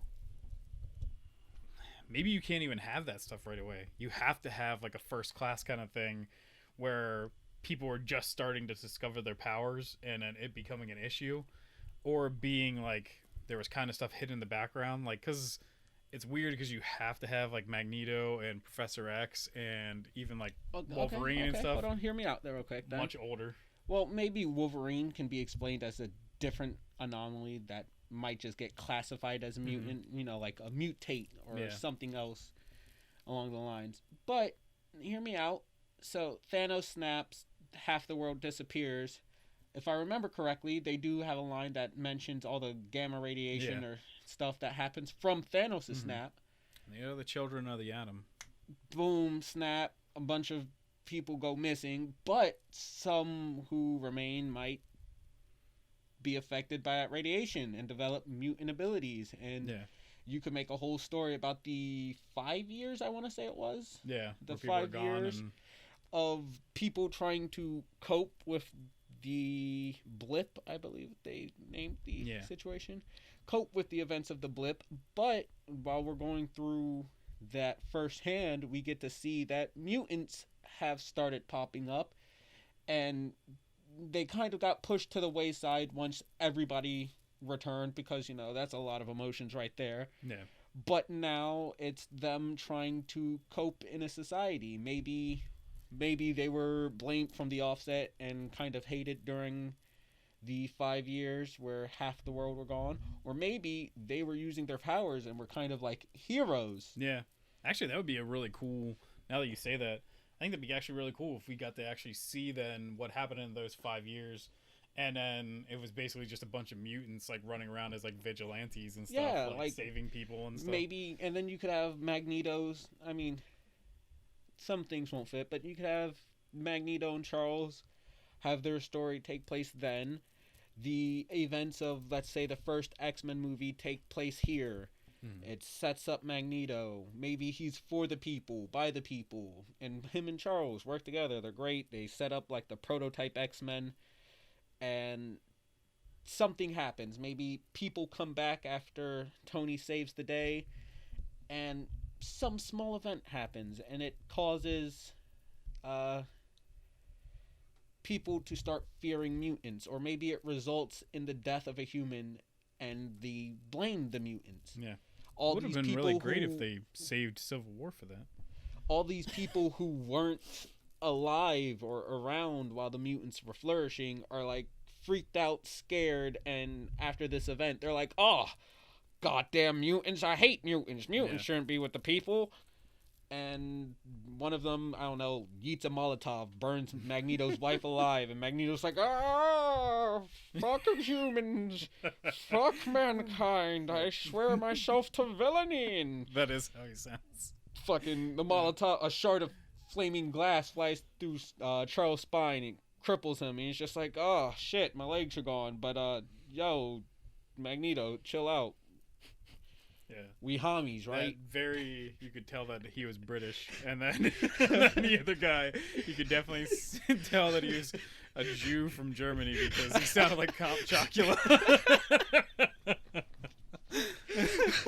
All right, well, we gotta move on. Is that what I sound like, Dracula? Yeah. Oh, that's gonna be my next Halloween costume. An hour and a half into this, and we haven't gotten to the big topic. Oh, and there's as a God lot. Intended. There's a lot to talk about. Maybe we break the big topic into like a trilogy. Maybe. Yeah, it is. It is a trilogy. So, do you just want to talk about the Force Awakens this time? Sure. We can maybe make a couple of nods to the other ones, but for the most part, let's just hone in on the Force Awakens. So, now it's time for the big topic of the week. And we're going to start digging into the Star Wars sequels. Probably should have rewatched these before we done it. Just going to throw it out there. No. If I had to watch through Legend of fucking Korra again, we're going to watch these fucking movies. That's only fair. Yeah. I'm a huge Star Wars fan. We brought this up many a time. Yeah, with even our talk about how terrible some fans can be, I definitely want to preface this that I hate these movies. I was actually very excited when Force Awakens first came out, just because I was like, man, this is more Star Wars. I think I even cried, and I even like tweeted out about it because I was just like, holy crap, more Star Wars. But then I finally actually just went and watched it without just like fan goggles on, and I was like, oh, wait a second, this is just A New Hope. This is they didn't do anything. This is just that movie. And you know what? The sad thing is, I think that's probably the least offensive out of the all. Yeah, the new but trilogy. it's also the least new or special out of I all of them. know, and like you can make nods, but you can't just be like, this is the exact movie. But the thing that just, I feel like that fuels Hollywood's thought process of different doesn't work. Yeah. And I feel like that just leans into their Well, whole belief but of apparently reboots. This didn't work because they definitely didn't make their money back as much as they thought they were going to. Yeah. This should have been probably even bigger than the MCU because Star Wars has been around for forever now. Yeah, and like the Star Wars is huge worldwide, way more than Marvel was. And like, yeah, it took a while to get MCU where it is, but you just threw Star Wars down a crapshoot because they just didn't get. They got people like Kathleen Kennedy. She was not really an appointed person from George Lucas that cared about Star Wars. She was more the moneymaker of it. That's her only real connection to George Lucas and LucasArts. But she's the person that headed up the whole entire Star Wars movement into the next generation. And that's Star Trek. Yeah. I knew it was going to come up when I said that. I don't watch Star Trek, but that's... I know that reference. I also... I could bring this up is I was told that Star Trek people can love Star Wars stuff, but Star Wars people hate Star Trek. Why is that? I'm one of those people. I don't know why. Like, I do not get the appeal of Star Trek. Like, I've tried. I think their aliens aren't as cool as ours. We've got space wizards. Our ships are cooler. Like, I was just like, you could have done so much more and actually made like some of your aliens and stuff cool. And I know it's like budget of a show, but now you have like insane budgets and you could have done just about anything to make these people like super awesome now. And you're just like, nah, they're still gonna just be like a guy we barely put some prosthetics on. And yeah, but like, you can even watch The Mandalorian and they're just like, no, this person's gonna, their whole head is gonna be like a puppet. Like, it's gonna be insane. And like Star Trek just continues to be like Doctor Who and they just phone it in. Not really a Star Trek fan, never was, probably never will be, but it's not because I think Star Trek is shit. I just haven't given it the time of day to watch it yet. And I don't know if I will. But back to Star Wars. So the movie starts off actually kind of cool. You get into it right away and you're introduced to this, like, some of these resistance members, and then Kylo Ren steps in. And before we know he's basically just a Sith fanboy and not really a Sith yet, that it's awesome. Like, he stops a blaster bolt in midair like Darth Vader does in Revenge of the Sith. Like, you're like, oh shit, like this guy's actually got some power to him, and you kind of are intimidated. He's got his crazy looking like crossguard saber, which is dope. Yeah. And like, you're already pretty interested going into it. And then after that, we're kind of, I forget, are we introduced to Rey yet? Or I think we might go back with Finn, with him freaking out because he couldn't kill anybody when he was supposed to. And well, I feel like maybe we should do like a little breakdown first of that scene, because you talked about watching it again without fan goggles on. And yeah. I've done that before, not within like this last week or anything. Yeah. So it's still been a minute, but I rewatched it, and it's kind of shit. Don't get me, I want to love Kylo Ren. Yeah.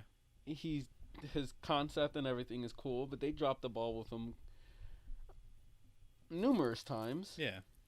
But let's. So first and foremost, Poe is arriving on some planet to pick up information from an informant. Yeah. They try to figure out where Luke Skywalker is. Big payoff with that. But why is that necessary? Why doesn't he just take the informant with him? Why not? I think it's more that informant stayed back as kind of like a distraction, because even I think the Empire kind of knew that he was like maybe the biggest informant or person there, because even Kylo Ren seeks that guy out like almost immediately, before they. So figure out wouldn't where... that be much better to have your ace pilot like guide him to safety rather than, I don't know, leaving him to die like he clearly was? I also feel like maybe you should send your fucking spy and not your ace pilot. Yeah. There's the scene itself kind of just falls apart when you start looking at it with the thing is logic. They just weren't good at storytelling, because really, beyond him just being an ace pilot, you could have sold him very early on as actually being kind of a spy. Apparently, he's a spice smuggler. If you don't know... Oh, yeah, I remember. If you don't know, in the Star Wars universe, spice is basically like the main drug that people use. And sugar and spice and everything nice. Not until the final movie, Rise of Skywalker, do they tell you that Poe Dameron was once a spice runner. So he would have had to been good at these things. Like, there's other spice runners and stuff they talk about in the books and comics, and those guys basically have to be like experts at espionage to get in and get out under the guise of like either the Empire or the Republic and stuff. So yeah, he would have been actually good at that, of sneaking in and out. But they don't build him up as a They didn't spy. actually. Well, that's because they didn't know. I guarantee you. I know. These movies were not written together. Oh no, they weren't. Not at all. But, like, they didn't care about it being a long story. They were just like, "Hey, we'll figure this out as it goes. We'll see if people like this one, and then we'll keep writing." As I go. Yeah. Whoa. But then, yeah, I think we still maybe haven't met Rey yet. Well, I mean, before we even get to that, I still have more shit to make. God. I have more This shit is to like make one fun of. scene. I'm sorry, but it's stupid. Yeah. Fucking Kylo Ren. I mean, he has that weird force. Let me touch your bald head, and I gain whatever knowledge or whatever from you. And he's just like a Sith thing in the rest of lore. I think it's more of a Jedi thing to be able to read thoughts from people. But instead, or torture anything. He's just like, give me the location of Luke Skywalker, and the guy's like, no. He's like, yeah, dead. You don't maybe want to, I don't know, torture him. Grab somebody from the fucking town in the background and kill him in front of him. Be like, every dead child's on your head. Do something evil. It's more so just so they can rip off the scene when you're first introduced to Darth Vader, and Darth Vader's doing the Force choke. He's got the guy, he kills him, but it's not one for one, and so it doesn't work. Well, I don't think they do a lot of that, of being like, we're trying to execute a thing that we saw in the old movies, and we just don't pull it off because we haven't given you any information. For one, we don't even know who that old man is. Like, people are still speculating, I think, to this day. I think they kind of did figure out he's, like, a senator or something from... He was, like, in the Clone Wars that brings series. me to another point of these fucking movies. We don't know about it. Like, there's just nothing to know. So much of these movies, or the sequel trilogy, they don't give you information. No. All the bulk of the shit that you're like, this is what... It doesn't happen in the fucking movie. Yeah. We're just a bunch of nerds on the internet that fucking fill in the gaps because we're too eager. With stupid. Rise of Skywalker, yeah, the best thing I got from that was actually listening to the audiobook. That movie is not great, but listening to the audiobook still fills in gaps and makes that movie such a better movie in the long run. There's tons of stuff that was apparently cut from it. Even J.J. Abrams, even though I don't like his style of basically, this is what he did even with Star Trek, is just copy originals and try to make something a little bit new. But like, even he said he didn't recognize this movie when it came out. Like, he said he recorded all of this stuff, and then after it hit like the cutting room floor, he was like, what the hell happened to my movie? This isn't my movie. So it's like, what? Like, I don't understand like the hands that got into Star Wars, because they definitely just screwed the pooch on it. Okay, so one last thing about the opening scene. I know I could be here forever just on the opening scene alone, I feel like, but one last thing is, this is It'll really make where they me get. Laugh if you don't remember any other part of the movie except for this opening scene.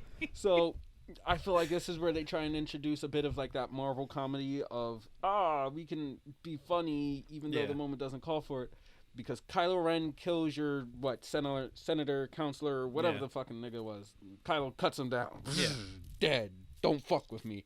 And Poe's like, anger, roar, gunshots, and fucking Kylo's like stops the bullet or the blaster. I'm sorry, it's not a bullet. Stops the laser midair. And it's just like, I don't even need to hold my hand up to keep it there. He force chokes Poe. He's like, you stay there, or not choke. He just holds him. He's like, Poe Dameron, I remember when you thought you could stand up to Thanos. You're going to give me the information I look for. And Poe's just like, what are you saying? I couldn't hear you over that dumbass mask and discount Darth Vader simulator voice module you have there. And it's supposed to be funny. Yeah.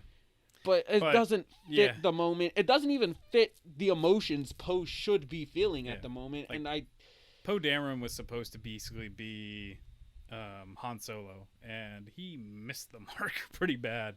And I don't think it's Oscar Isaac's fault. I think it's the writing for the movie. Oh, it's definitely the writing. They just did some shitty things. Like, Ronan the Accuser was the pretty good as an actor. The opening to Last Jedi, holy shit, is that just Save garbage. That for that movie, Andy. I know you got a hate boner, but you gotta stay on topic. We're on the opening. So can we go to another scene? Yeah, we got some time. Let's move on. I think we get back on the new Star Killer. No, it's not the Star Killer base. It's on their new starship. So I can't remember what they're called. It might be like the Imperium or something. I forget what it is, but they're on that ship, and that's when Finn pulls off his helmet and has like the blood stain on it, and he's freaking out, and he's just like, oh my gosh, like I can't do this kind of thing. And then Phasma is yelling at him, another wasted character. So that's when he starts basically figuring out, this isn't me, like I can't be a stormtrooper, like I can't be part of the Empire, which I think maybe at the end of the day Finn might be like one of the best characters in the whole series. He would if they actually did something with him. Yeah, because then eventually they just kind of throw him away, especially once he goes on that mission with Rose. You're just like, he becomes garbage. Wow, you made him a moron. And it's sad because John Boyega, I think is how you say his name. He's a great actor. Yeah, dude's real fucking cool. I like him. But so that whole thing jumps into the escape scene for Poe and Finn to get out of there. And I actually like the kind of humorous part where they didn't know how to disengage like the lock that's on for the TIE fighter and to get out of there. But I think actually in between, because I think in between there is when we do first get introduced to Rey, but it's her just climbing through the old once again another like Imperial ship, Star Destroyer, right? Yeah, and her climbing through there and fighting some parts as like a scavenger, which I think it was a great. I think the beginning of the movie fits Rey the best. Yeah, because maybe it's because she's such a blank slate that we don't see all the flaws that come with being a Mary Sue. Yeah, but she actually has a character and personality, and you get to see the effects of her life. Yeah, and I like it. It's really great. Well, especially like the first time when she gets on like the Millennium Falcon and like just her excitement. I don't like that. We'll get to that when we get to that. I like that she's so excited. Like this is her first time off this world, and she's like, it's kind of just reminds me of like normal life thing that like everyone really wants their life to be like an adventure, but our jobs just suck and we just go to work all day. Oh, preach. So her finally being like, I'm not a scavenger anymore. Like I get to fly like this ship and blow stuff up and everything, and like she just is so giddy in that part, and you're like, oh, this is pretty cool. But that's also where she meets Finn there. But I don't know. We don't really need to go over every scene single by scene, but that's definitely like then that moving into when they meet Han Solo and stuff too. Okay, so this is where I'm gonna break it down again. Okay. Back it up, people. I hate the fact that they get the Millennium Falcon. I can I don't know what your thought is, but I can already kind of be like, yes, because I hate that they haven't designed anything new. Well, just that as well. I definitely don't like the fact that they haven't. But A, why is the Millennium Falcon here on this random planet, this trash trader junker planet? Yeah. B, they get on it. It was bet before, so I guess it got bet again. They get on it. The Millennium Falcon is known for being a co-piloted ship. Yeah. Rey pilots it by herself for her very first time. And is beyond amazing at it. Yeah. Despite it being beat down and all worn out and junky and a piece of fucking shit. They get into space and they immediately run into Han Solo and motherfucking Chewbacca. It's like the greatest, oh, yeah, this makes sense. Like, coincidence. And then as soon as Han Solo and Chewbacca get on it, two fucking factions that... Yeah. are after Han Solo are just like, ha! Yeah. We found you, Han Solo. It's the Force, don't you know? That's what everything's just falling into place. That's not how the Force works. It is kind of, because they talk about like how it divines fate. I just wanted that nice Harrison Ford reference. Yeah. But I don't fucking like it. It's so convenient. It's so stupid. Yeah. Well, like my biggest thing is just that I hate in all of these movies is that apparently no one at Disney or their new Star Wars crew can be inventive. There's like no new planets. There are no new ships. There's no new character for Han Solo, considering they just reverted him back into a smuggler. Yeah. Despite that being the dumbest logical route for him to take. Nothing to build these characters. They actually almost like destroyed these characters They over do. time. They do. They genuinely do. And it's just like, that's a huge disappointment for me. Like, Star Wars is about creating new things. Like, yes, a lot of people don't like the prequels, but they gave us everything new. They gave us new planets. They gave us new ships. Which I actually like the ships because they're less... The ships are actually really cool. Well, they were also just less technologically advanced. So it was really cool that you get to see... But even like, watching them chronologically, the you cool get to see Jedi ships everything. with like the thing that has to go around them so that they can go into like warp speed and stuff. You stuff. get to see the progress of technology. It was like super cool. I actually enjoy that. And it's just... You get to see your first double-sided lightsaber. Yeah. And the coolest character of all time. Jar Jar Binks. Yeah. Even if you were gonna bring up Darth Maul, like, he doesn't even get to be cool in that. Like, he does some cool fighting, but he says one line in the whole thing, and then he's awesome in Clone Wars. Like, yes. Oh yeah, definitely. But I mean, I saw the Phantom Menace. The Phantom Menace is actually the first movie I saw for Star Wars. Granted, I was a kid, and as a kid, I thought it was the coolest fucking movie ever because A, the Phantom Menace, dope ass name. Yeah. B, Darth fucking Maul. Yeah. And sick C, as shit. Everything that Darth Maul does in that fucking movie. Well, I'm just like Ewan McGregor and what the hell is his name? Liam Neeson. Yeah, Liam Neeson actually have great chemistry in that movie. Like they picked them, I think, very well, and just as like a teacher and student kind of thing, it worked out very well for those characters. But good sir, this is supposed to be a punishment. Yeah, we're supposed to be talking about the sequels. But then, like, we have to move on. I do. I know. Hold on. No. No, because this goes to Rey, and this is part of like a lot of the big flaws that she has. Yeah. Is she really doesn't fuck up, and this scene. She's not human, basically. When they meet Han Solo, this is like one of the only times that she fucks up. Is she pulls one of the wrong levers or gauges or whatever the fuck it was called. She hits the wrong button, and she releases the giant angry meatballs. And that is one of the only mistakes she makes, I think, throughout the entire trilogy, honestly. Yeah. But even then, the mistake she makes is the thing that saves them from the two gangs that are trying to jump Han Solo. So her only mistake becomes like not really a mistake because it helped them, and they can't let her do anything wrong, and I feel it speaks volumes to why she's such a shitty character. That being said, I do like the beginnings that they tried to plant in for her and Han Solo, because there's, even though I don't like that, like they kind of care for each other, and I don't like the fact that she knows more about the Millennium Falcon than he does right off the bat, and she's like fixing and teaching him things. Well, but it's just because she's a good scavenger. Like, they're trying to make it like, well, yeah, Han Solo is a great pilot, and he's a great like rogue and everything of the galaxy, but he should know the ship that he's had for how many years now. But I mean, like, she could have broken down hundreds of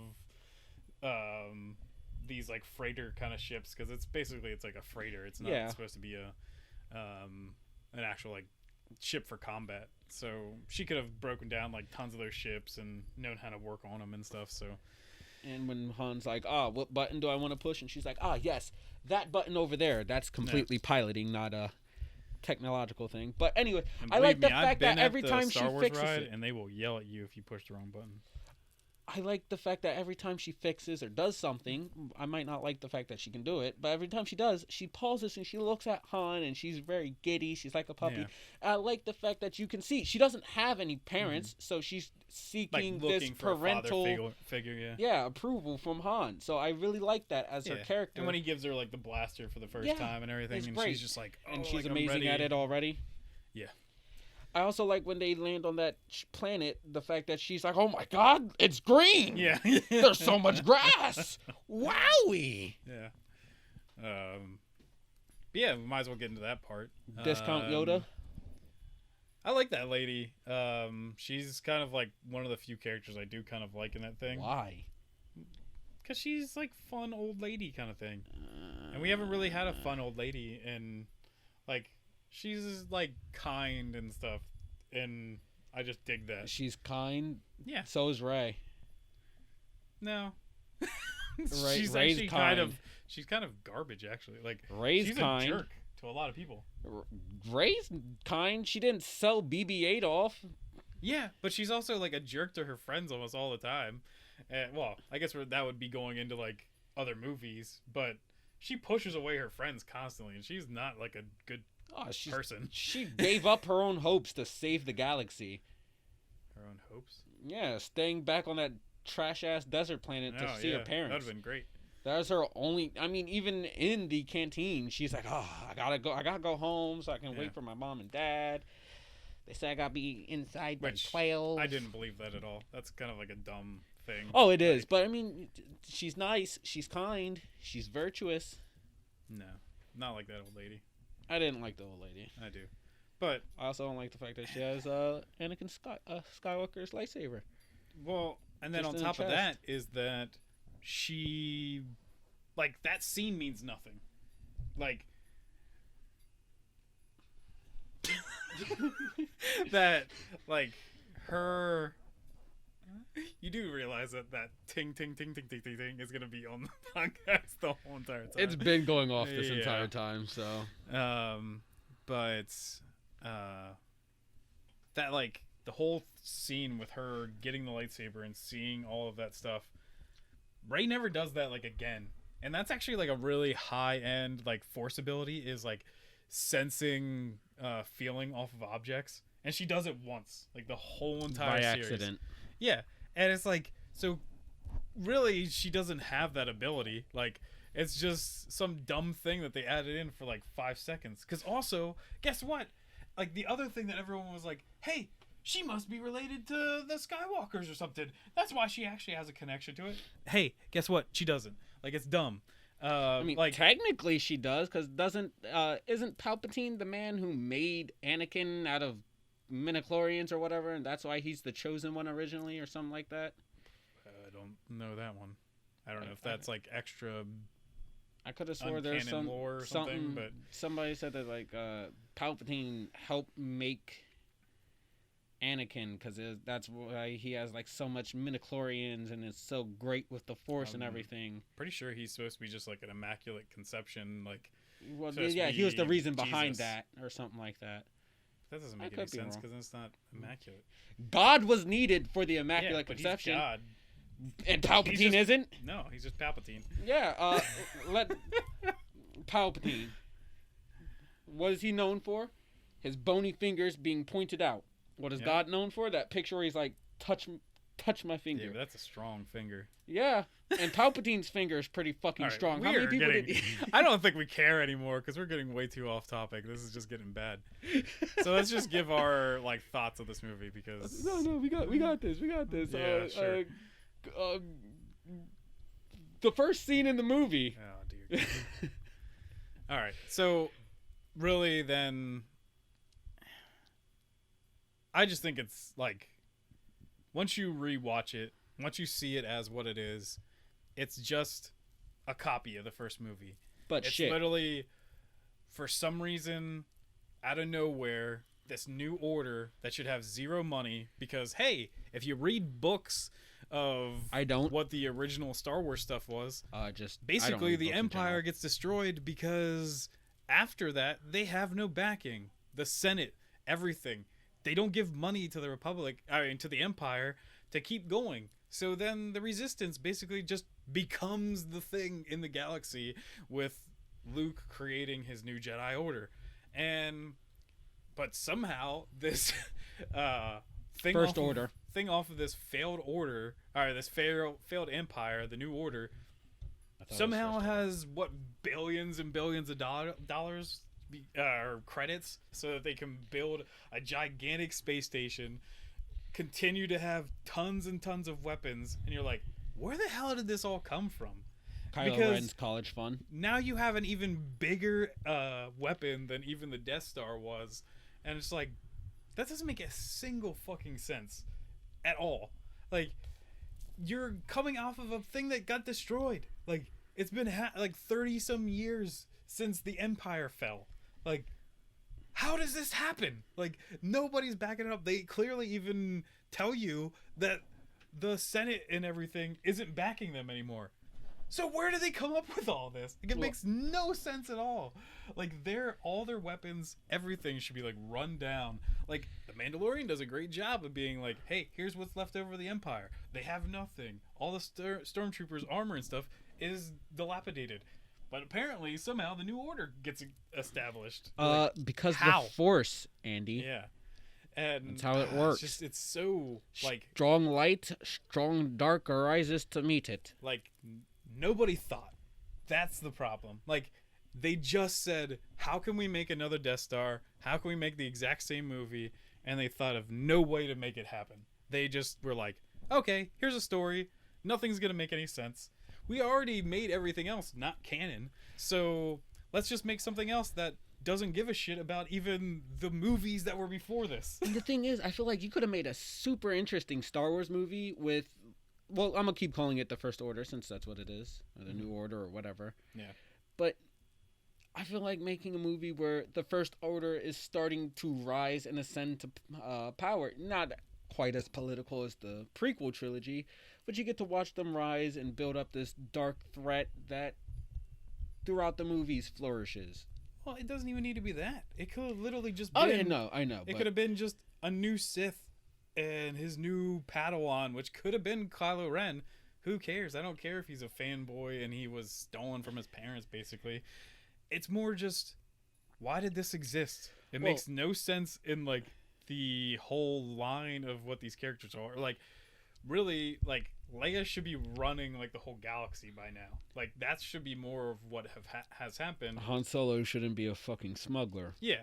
And, like, they should just be so well off that they're like, this is the new whole rule of the land, but there's a new Sith uprising, and they're coming out, and they're like, we have to defend against this. Not that there's somehow still a empire, which is super huge, and this really small resistance.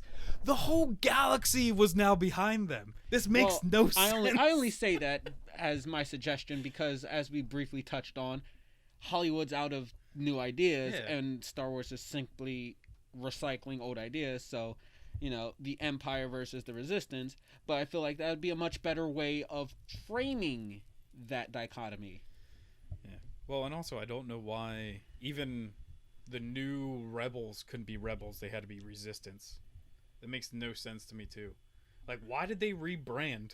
Like, why did both of them, like, is it just because they were like, well, if we make it too close, they're just gonna get that we just copied it, instead of, because, like, even if you play like games and stuff, it literally is just like a jump that they're like, yeah, these people are rebels, and then these people are resistance, and you're Well, like, they fly the same damn ships and they look the fucking same. They, like, it didn't change at all. Well, yeah, but the Resistance needs money, and they get it by selling merch. If they switch to Resistance, they sell new merch, which means they get more money, which means they can not build their own Death Star. Yeah, I just, like, there's so many things that just, how did you end up with this story? Like, you had, like, apparently they had a full out written trilogy from George Lucas. They had so much to go on from all these old books that went for years and years and years that I read since I was like 10 years old on Star Wars, that have gone after the, like, the original trilogy, and you just didn't care about them. Like, they were a million times better than what you wrote. Like, it makes no sense to me. Like, guess what? We love Jedi. I actually love the Sith. Well, either way, we love people with the Force. We don't give a shit about... I actually love Boba Fett. We don't give a shit about the Rebellion. We don't give a shit about the Empire. We care about people that are magic wizards with lightsabers. I like a guy with a jetpack and a gun. Yeah, you really missed out on the first episode of Mandalorian then. I hope that doesn't ruin stuff for you. I mean, he's had a gun the entire series, and spoiler alert, he gets a jetpack at the end of the first season. There's something else you said that could... The Force? Nope. Or the Sith? Nope. A guy? Nope, we'll leave it at that so I don't ruin anything. Does The Mandalorian Season 2 take place at the beginning of Force Awakens so I can make more dumbass jokes about the opening of a shitty movie? Nope. That makes me sad. But yeah, like, I don't know if there... Do you think there's anything redeeming from those movies? Like, do you like anything out of them? I want to like Rey because though her overall character is shit, they do give her great moments, like I said, with her trying to get this father figure in Han Solo, and I feel like that's really great. Her always being surprised, even in The Last Jedi, when she sees Rain for the first time, she's like a fucking kid, and it fits, it works, and there are these small, very minute moments where they remember to make Rey a character, and those moments I like. I like Finn. I want to keep liking him, but his character just kind of goes to shit in these movies. Well, he's great in the first movie. He just falls apart in the rest of them. Yeah, and he loses all form of real agency. The book of Rise of Skywalker makes Finn a much better character in that. Believable. But he is nothing in the actual movie. They make him a lot more. He's even becoming Force adept. But, why put that in the movie? That's just dumb. Why would you want one of your main characters to find out that he's a Jedi? Am I only listing good things about The Force Awakens or all of the prequel trilogies?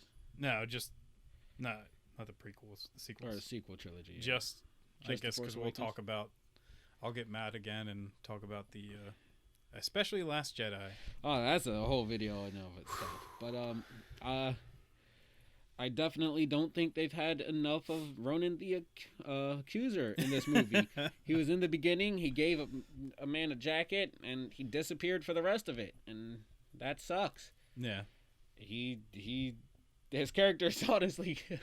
he's another character that I want to like, but he gets thrown to shit, especially in the next movie, so we'll get to that.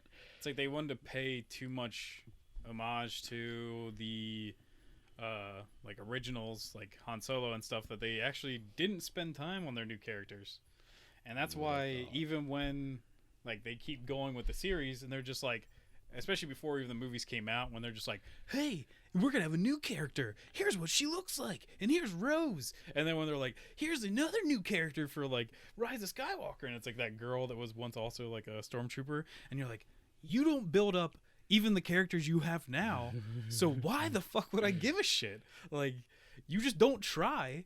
You keep just being like, we're just gonna build on the old characters, and we're just gonna say screw it to our new characters. So okay, like, it's just it's really aggravating. Like, I feel like I've said to like my brother and like other friends that are also really into Star Wars, of like being like, I think using the exact same characters, the exact same actors, I could make this a better movie. Like, I could clearly write a better thing that way blows this away. Even a movie where they can't find Luke Skywalker for the I feel first like movie. I could take the basic structure of the movie and probably make it better.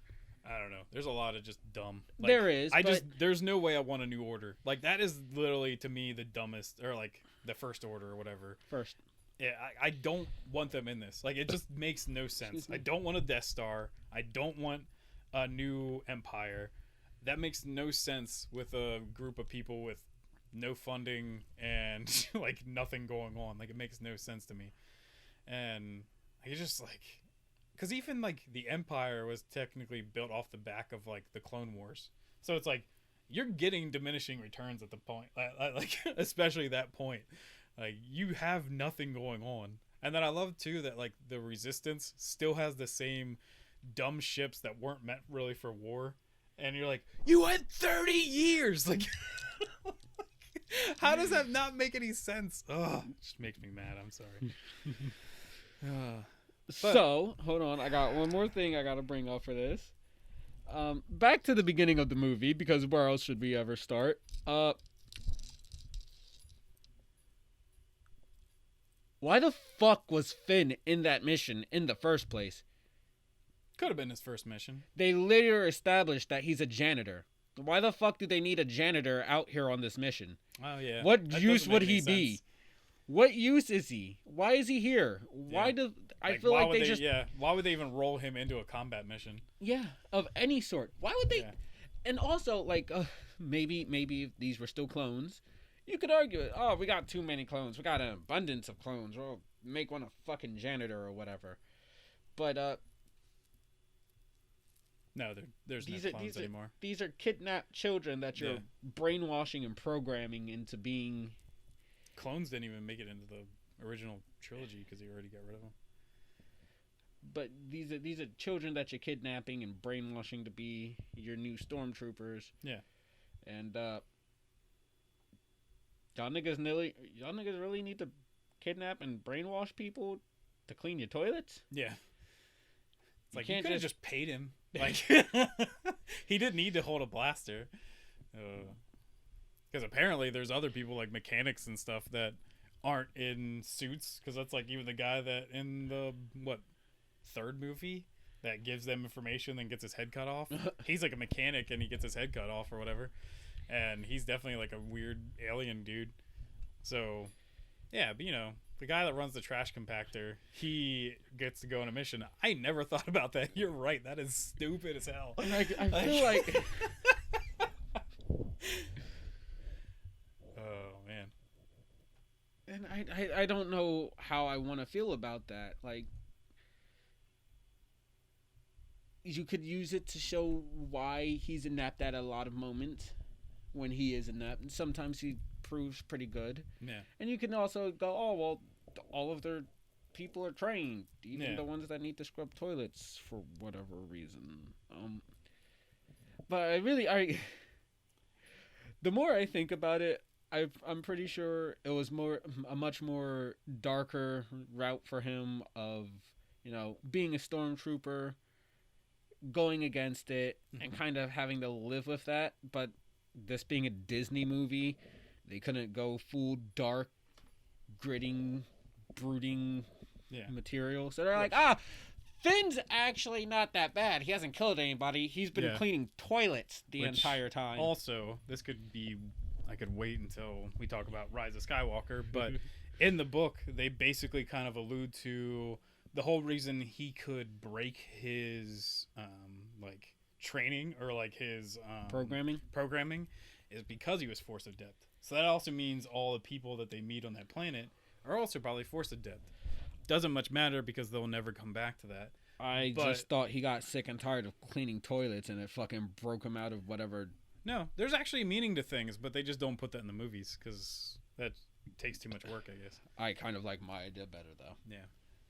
If I was kidnapped from my mom at the age of 3 and taught how to be a merciless murderer, and them niggas stuck me on fucking sweeping duty, I feel like I'd be able to break out of my goddamn programming. Fuck your mind control.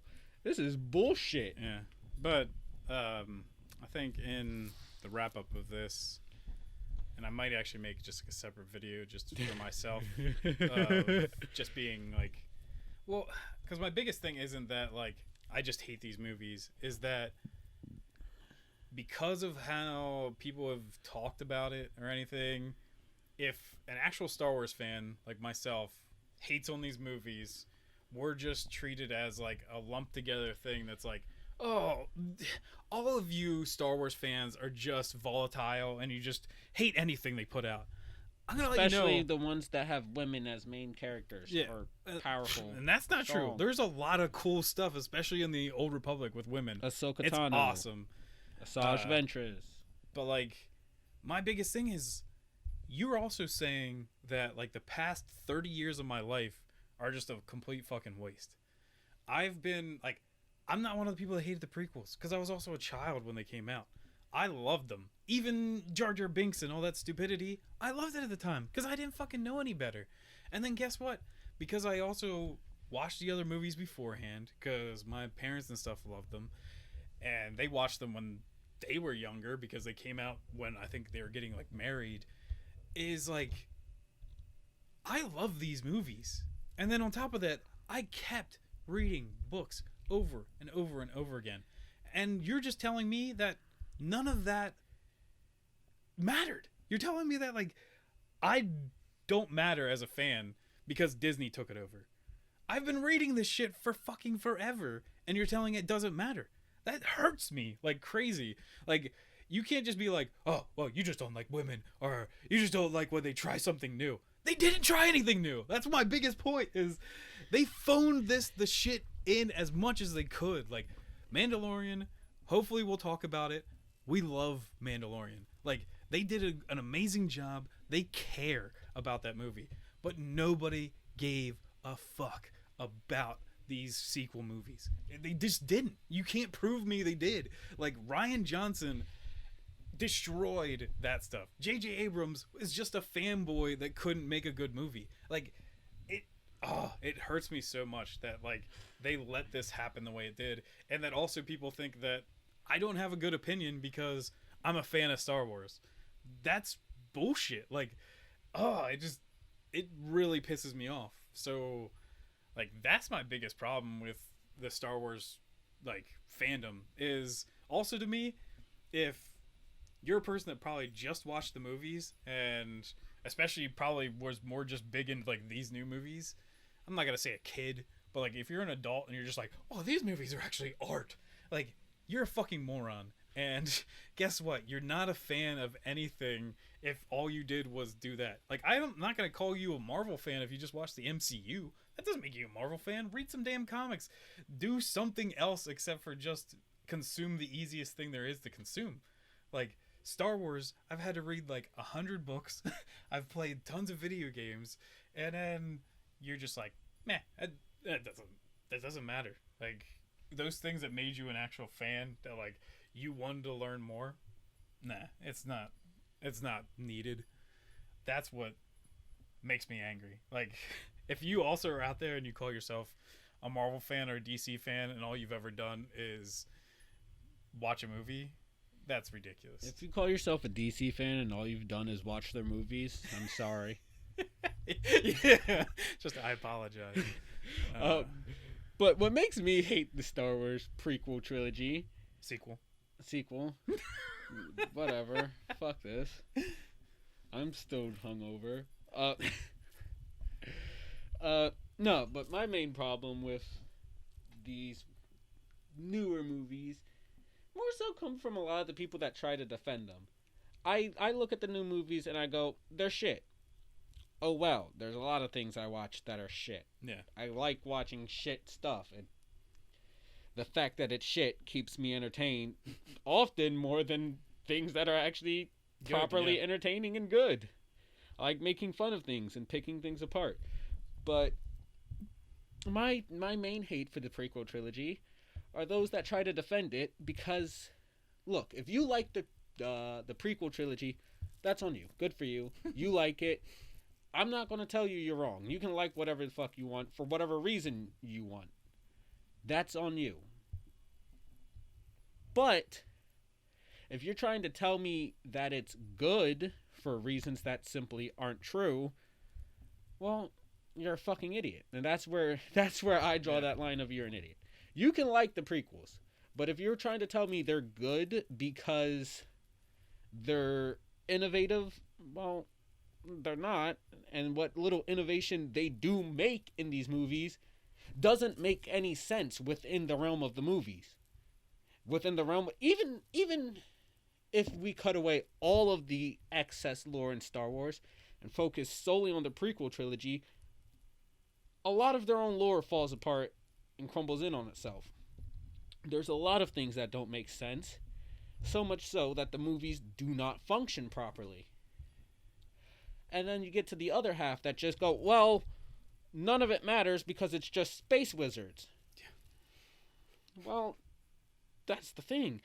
These space wizards have a pretty fleshed out code, core, logic, abilities. Even to their abilities and stuff. Yes, there's a lot of gray areas in it. Sometimes the Force is the most finicky fucking power-up I've ever seen in anything, I think. Yeah. But there's still a lot of rules to what the Force can and can't do. And to just throw it under this umbrella term that space wizards, oh, it doesn't matter or it's for kids, that's fucking stupid. You're a fucking idiot. If you want to like it. That's fine. I'm not going to say you're wrong. I'm not going to be like, oh, you like the prequel trilogies, you're not a real fan. You can like whatever the fuck you want. I like the movie Venom. I like Tom Hardy's Venom. Yeah. That movie is shit. Yeah. I will happily admit it. Mm-hmm. But I love the movie. Yeah. I genuinely enjoyed seeing it in theaters. It is not even a movie where I had to go back and rewatch it and go, oh, wow, yeah, this is bad. I left the fucking movie theaters going, God, that movie was shit. I love it. It's okay to like a bad movie. Yeah. I'm not going to try and defend Venom. You can't act like it's high art or something or amazing. And that's the other half of it. Is like when they defend it, they call out the people who have a problem with it. Yeah. Like it, go ahead. But don't try and be condescending to me because I can see through your BS and the BS of Hollywood and these dumb, shitty fucking remakes. I don't have any hate towards Daisy Ridley. Yeah. John Boyega. I think a lot of them are great actors. That's why I'm Apocalypse. saying I could easily make a better movie with these exact same characters. Yeah. I can't do it with Carrie Fisher anymore, but I'm not even mad at J.J. Abrams. Like, I know he didn't make a good movie, but I can at least see that he cared about Star Wars a lot and he liked it. I definitely don't think he made a good Star Wars movie of his own, but I'm not mad at him for it. I don't care that he kind of butchered the franchise a bit. I definitely think Rian Johnson did worse, but I'm not mad. The movies are just bad, mate. Yeah. Like, it's more, I just get angry because of, the fact that Disney wants to just throw away most of what I care about Star Wars about. So I just get mad because of the people that surround the movies. Yeah. And that's when we'll really get into Last Jedi because that has some staunch supporters. Woo! And I don't know how because its story makes no sense. It's not even like, actually, for that talk, I will try to not even put any Star Wars fanboy in. I will not even bring up any kind of like Star Wars lore or anything. I am just going to critique it as a movie and if its plot makes sense. Because I don't need to. I don't need to put any like I love Star Wars and this doesn't make any sense in Star Wars. It just doesn't make sense. Fucking period. I'm honestly brimming to do this as yeah, well. I know. Because I'm not doing what you're doing. You can handle that. I don't Yeah. know much about Star Wars, but I can at least point out when something in Star Wars lore doesn't make a fucking Man. lick of sense. Like that whole dumb like space like battle thing where Oh, they're moving super we slow. will get to that. The character of Hodo. We'll get to it. Oh my dear God, I can't We'll wait. get to it. Yep. Oh Lord, But I'm gonna get to yeah, it. You know what? I think I'm gonna go back, rewatch the movie, and I will take notes. And you can watch the difference in me that has taken notes versus dumbass one, me, who's like, yes, I that don't just even know remember the the name of the beginning of- main character. just remember the beginning of Force Awakens. That's not true. I remember the end. Yeah. I remember the fight against Kylo Ren. That Yeah. is, you know what? Like I kind of like that fight. It kind of makes sense that like Kylo's injured. He got shot by Chewbacca. his bowcaster, which is very powerful. So he's gonna hurt, even though he's built up like most Sith have like somewhat resistance that they can build. And but like also I can't get over the Rey not having any kind of training and being like the most powerful Jedi in the world. Like And that'll this never is okay. make So any sense to me. here comes, as the I mentioned galaxy, I earlier, guess. with people trying to defend these movies with shite logic. Yeah. Here's a great example, because a lot of people, I rail on this movie for having Rey, a Mhm. person who's never actually wielded a lightsaber before, Yeah. win in a lightsaber duel Yeah. against somebody who was trained by two of the best. I mean, I don't know if you can say Snoke is, because the way he's so shittily portrayed. Yeah. But two of the best fucking masters in the universe. He gets his ass kicked by a complete noob. Yeah. He did get shot. Yeah, He's beat up. but she's using a lightsaber for the very first time. Yeah. And her primary weapon is a fucking bow staff. Yeah. I don't know if you people know this watching at home, but bows and swords are two completely different things. Yeah. The fighting styles, techniques, stances, and everything, very much different. That's why when we get to The Last Jedi, they also can't fight, because that is one of the worst fight scenes in the history of any kind of combat ever. So, because man, watch that fight again. It is horrible if you haven't seen it in a while. That throne room fight, oh my gosh. You know, I kind of like it because it's a one take and it swirls, but No, dude, but it's like, it's straight up like, you know how people make fun of the last like Batman movie, Dark Knight Rises? Dude, there is straight up things like that in it where guys are just falling without ever getting hit and stuff because the actors can't do the timing on that stuff. So they're just like, oh yeah, I'm supposed to fall down because they completely forgot what they were supposed to do. And they still cut that movie that way. Hollywood. Yeah.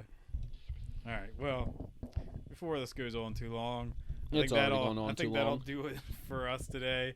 I'll try to get this up. We usually try to do it on Wednesdays, but this week didn't really work out because we got a copyright strike. So I had to edit the video and put it back up again. But yeah, I think this will do it for us. I'm not gonna do the basically look like I did a Nazi salute after doing a salute last time. So I feel like it's fitting for the First Order. Goodbye. Should I still do the salute? Go for you it. know what? We're just Doesn't matter if you do. yeah. it. Woo!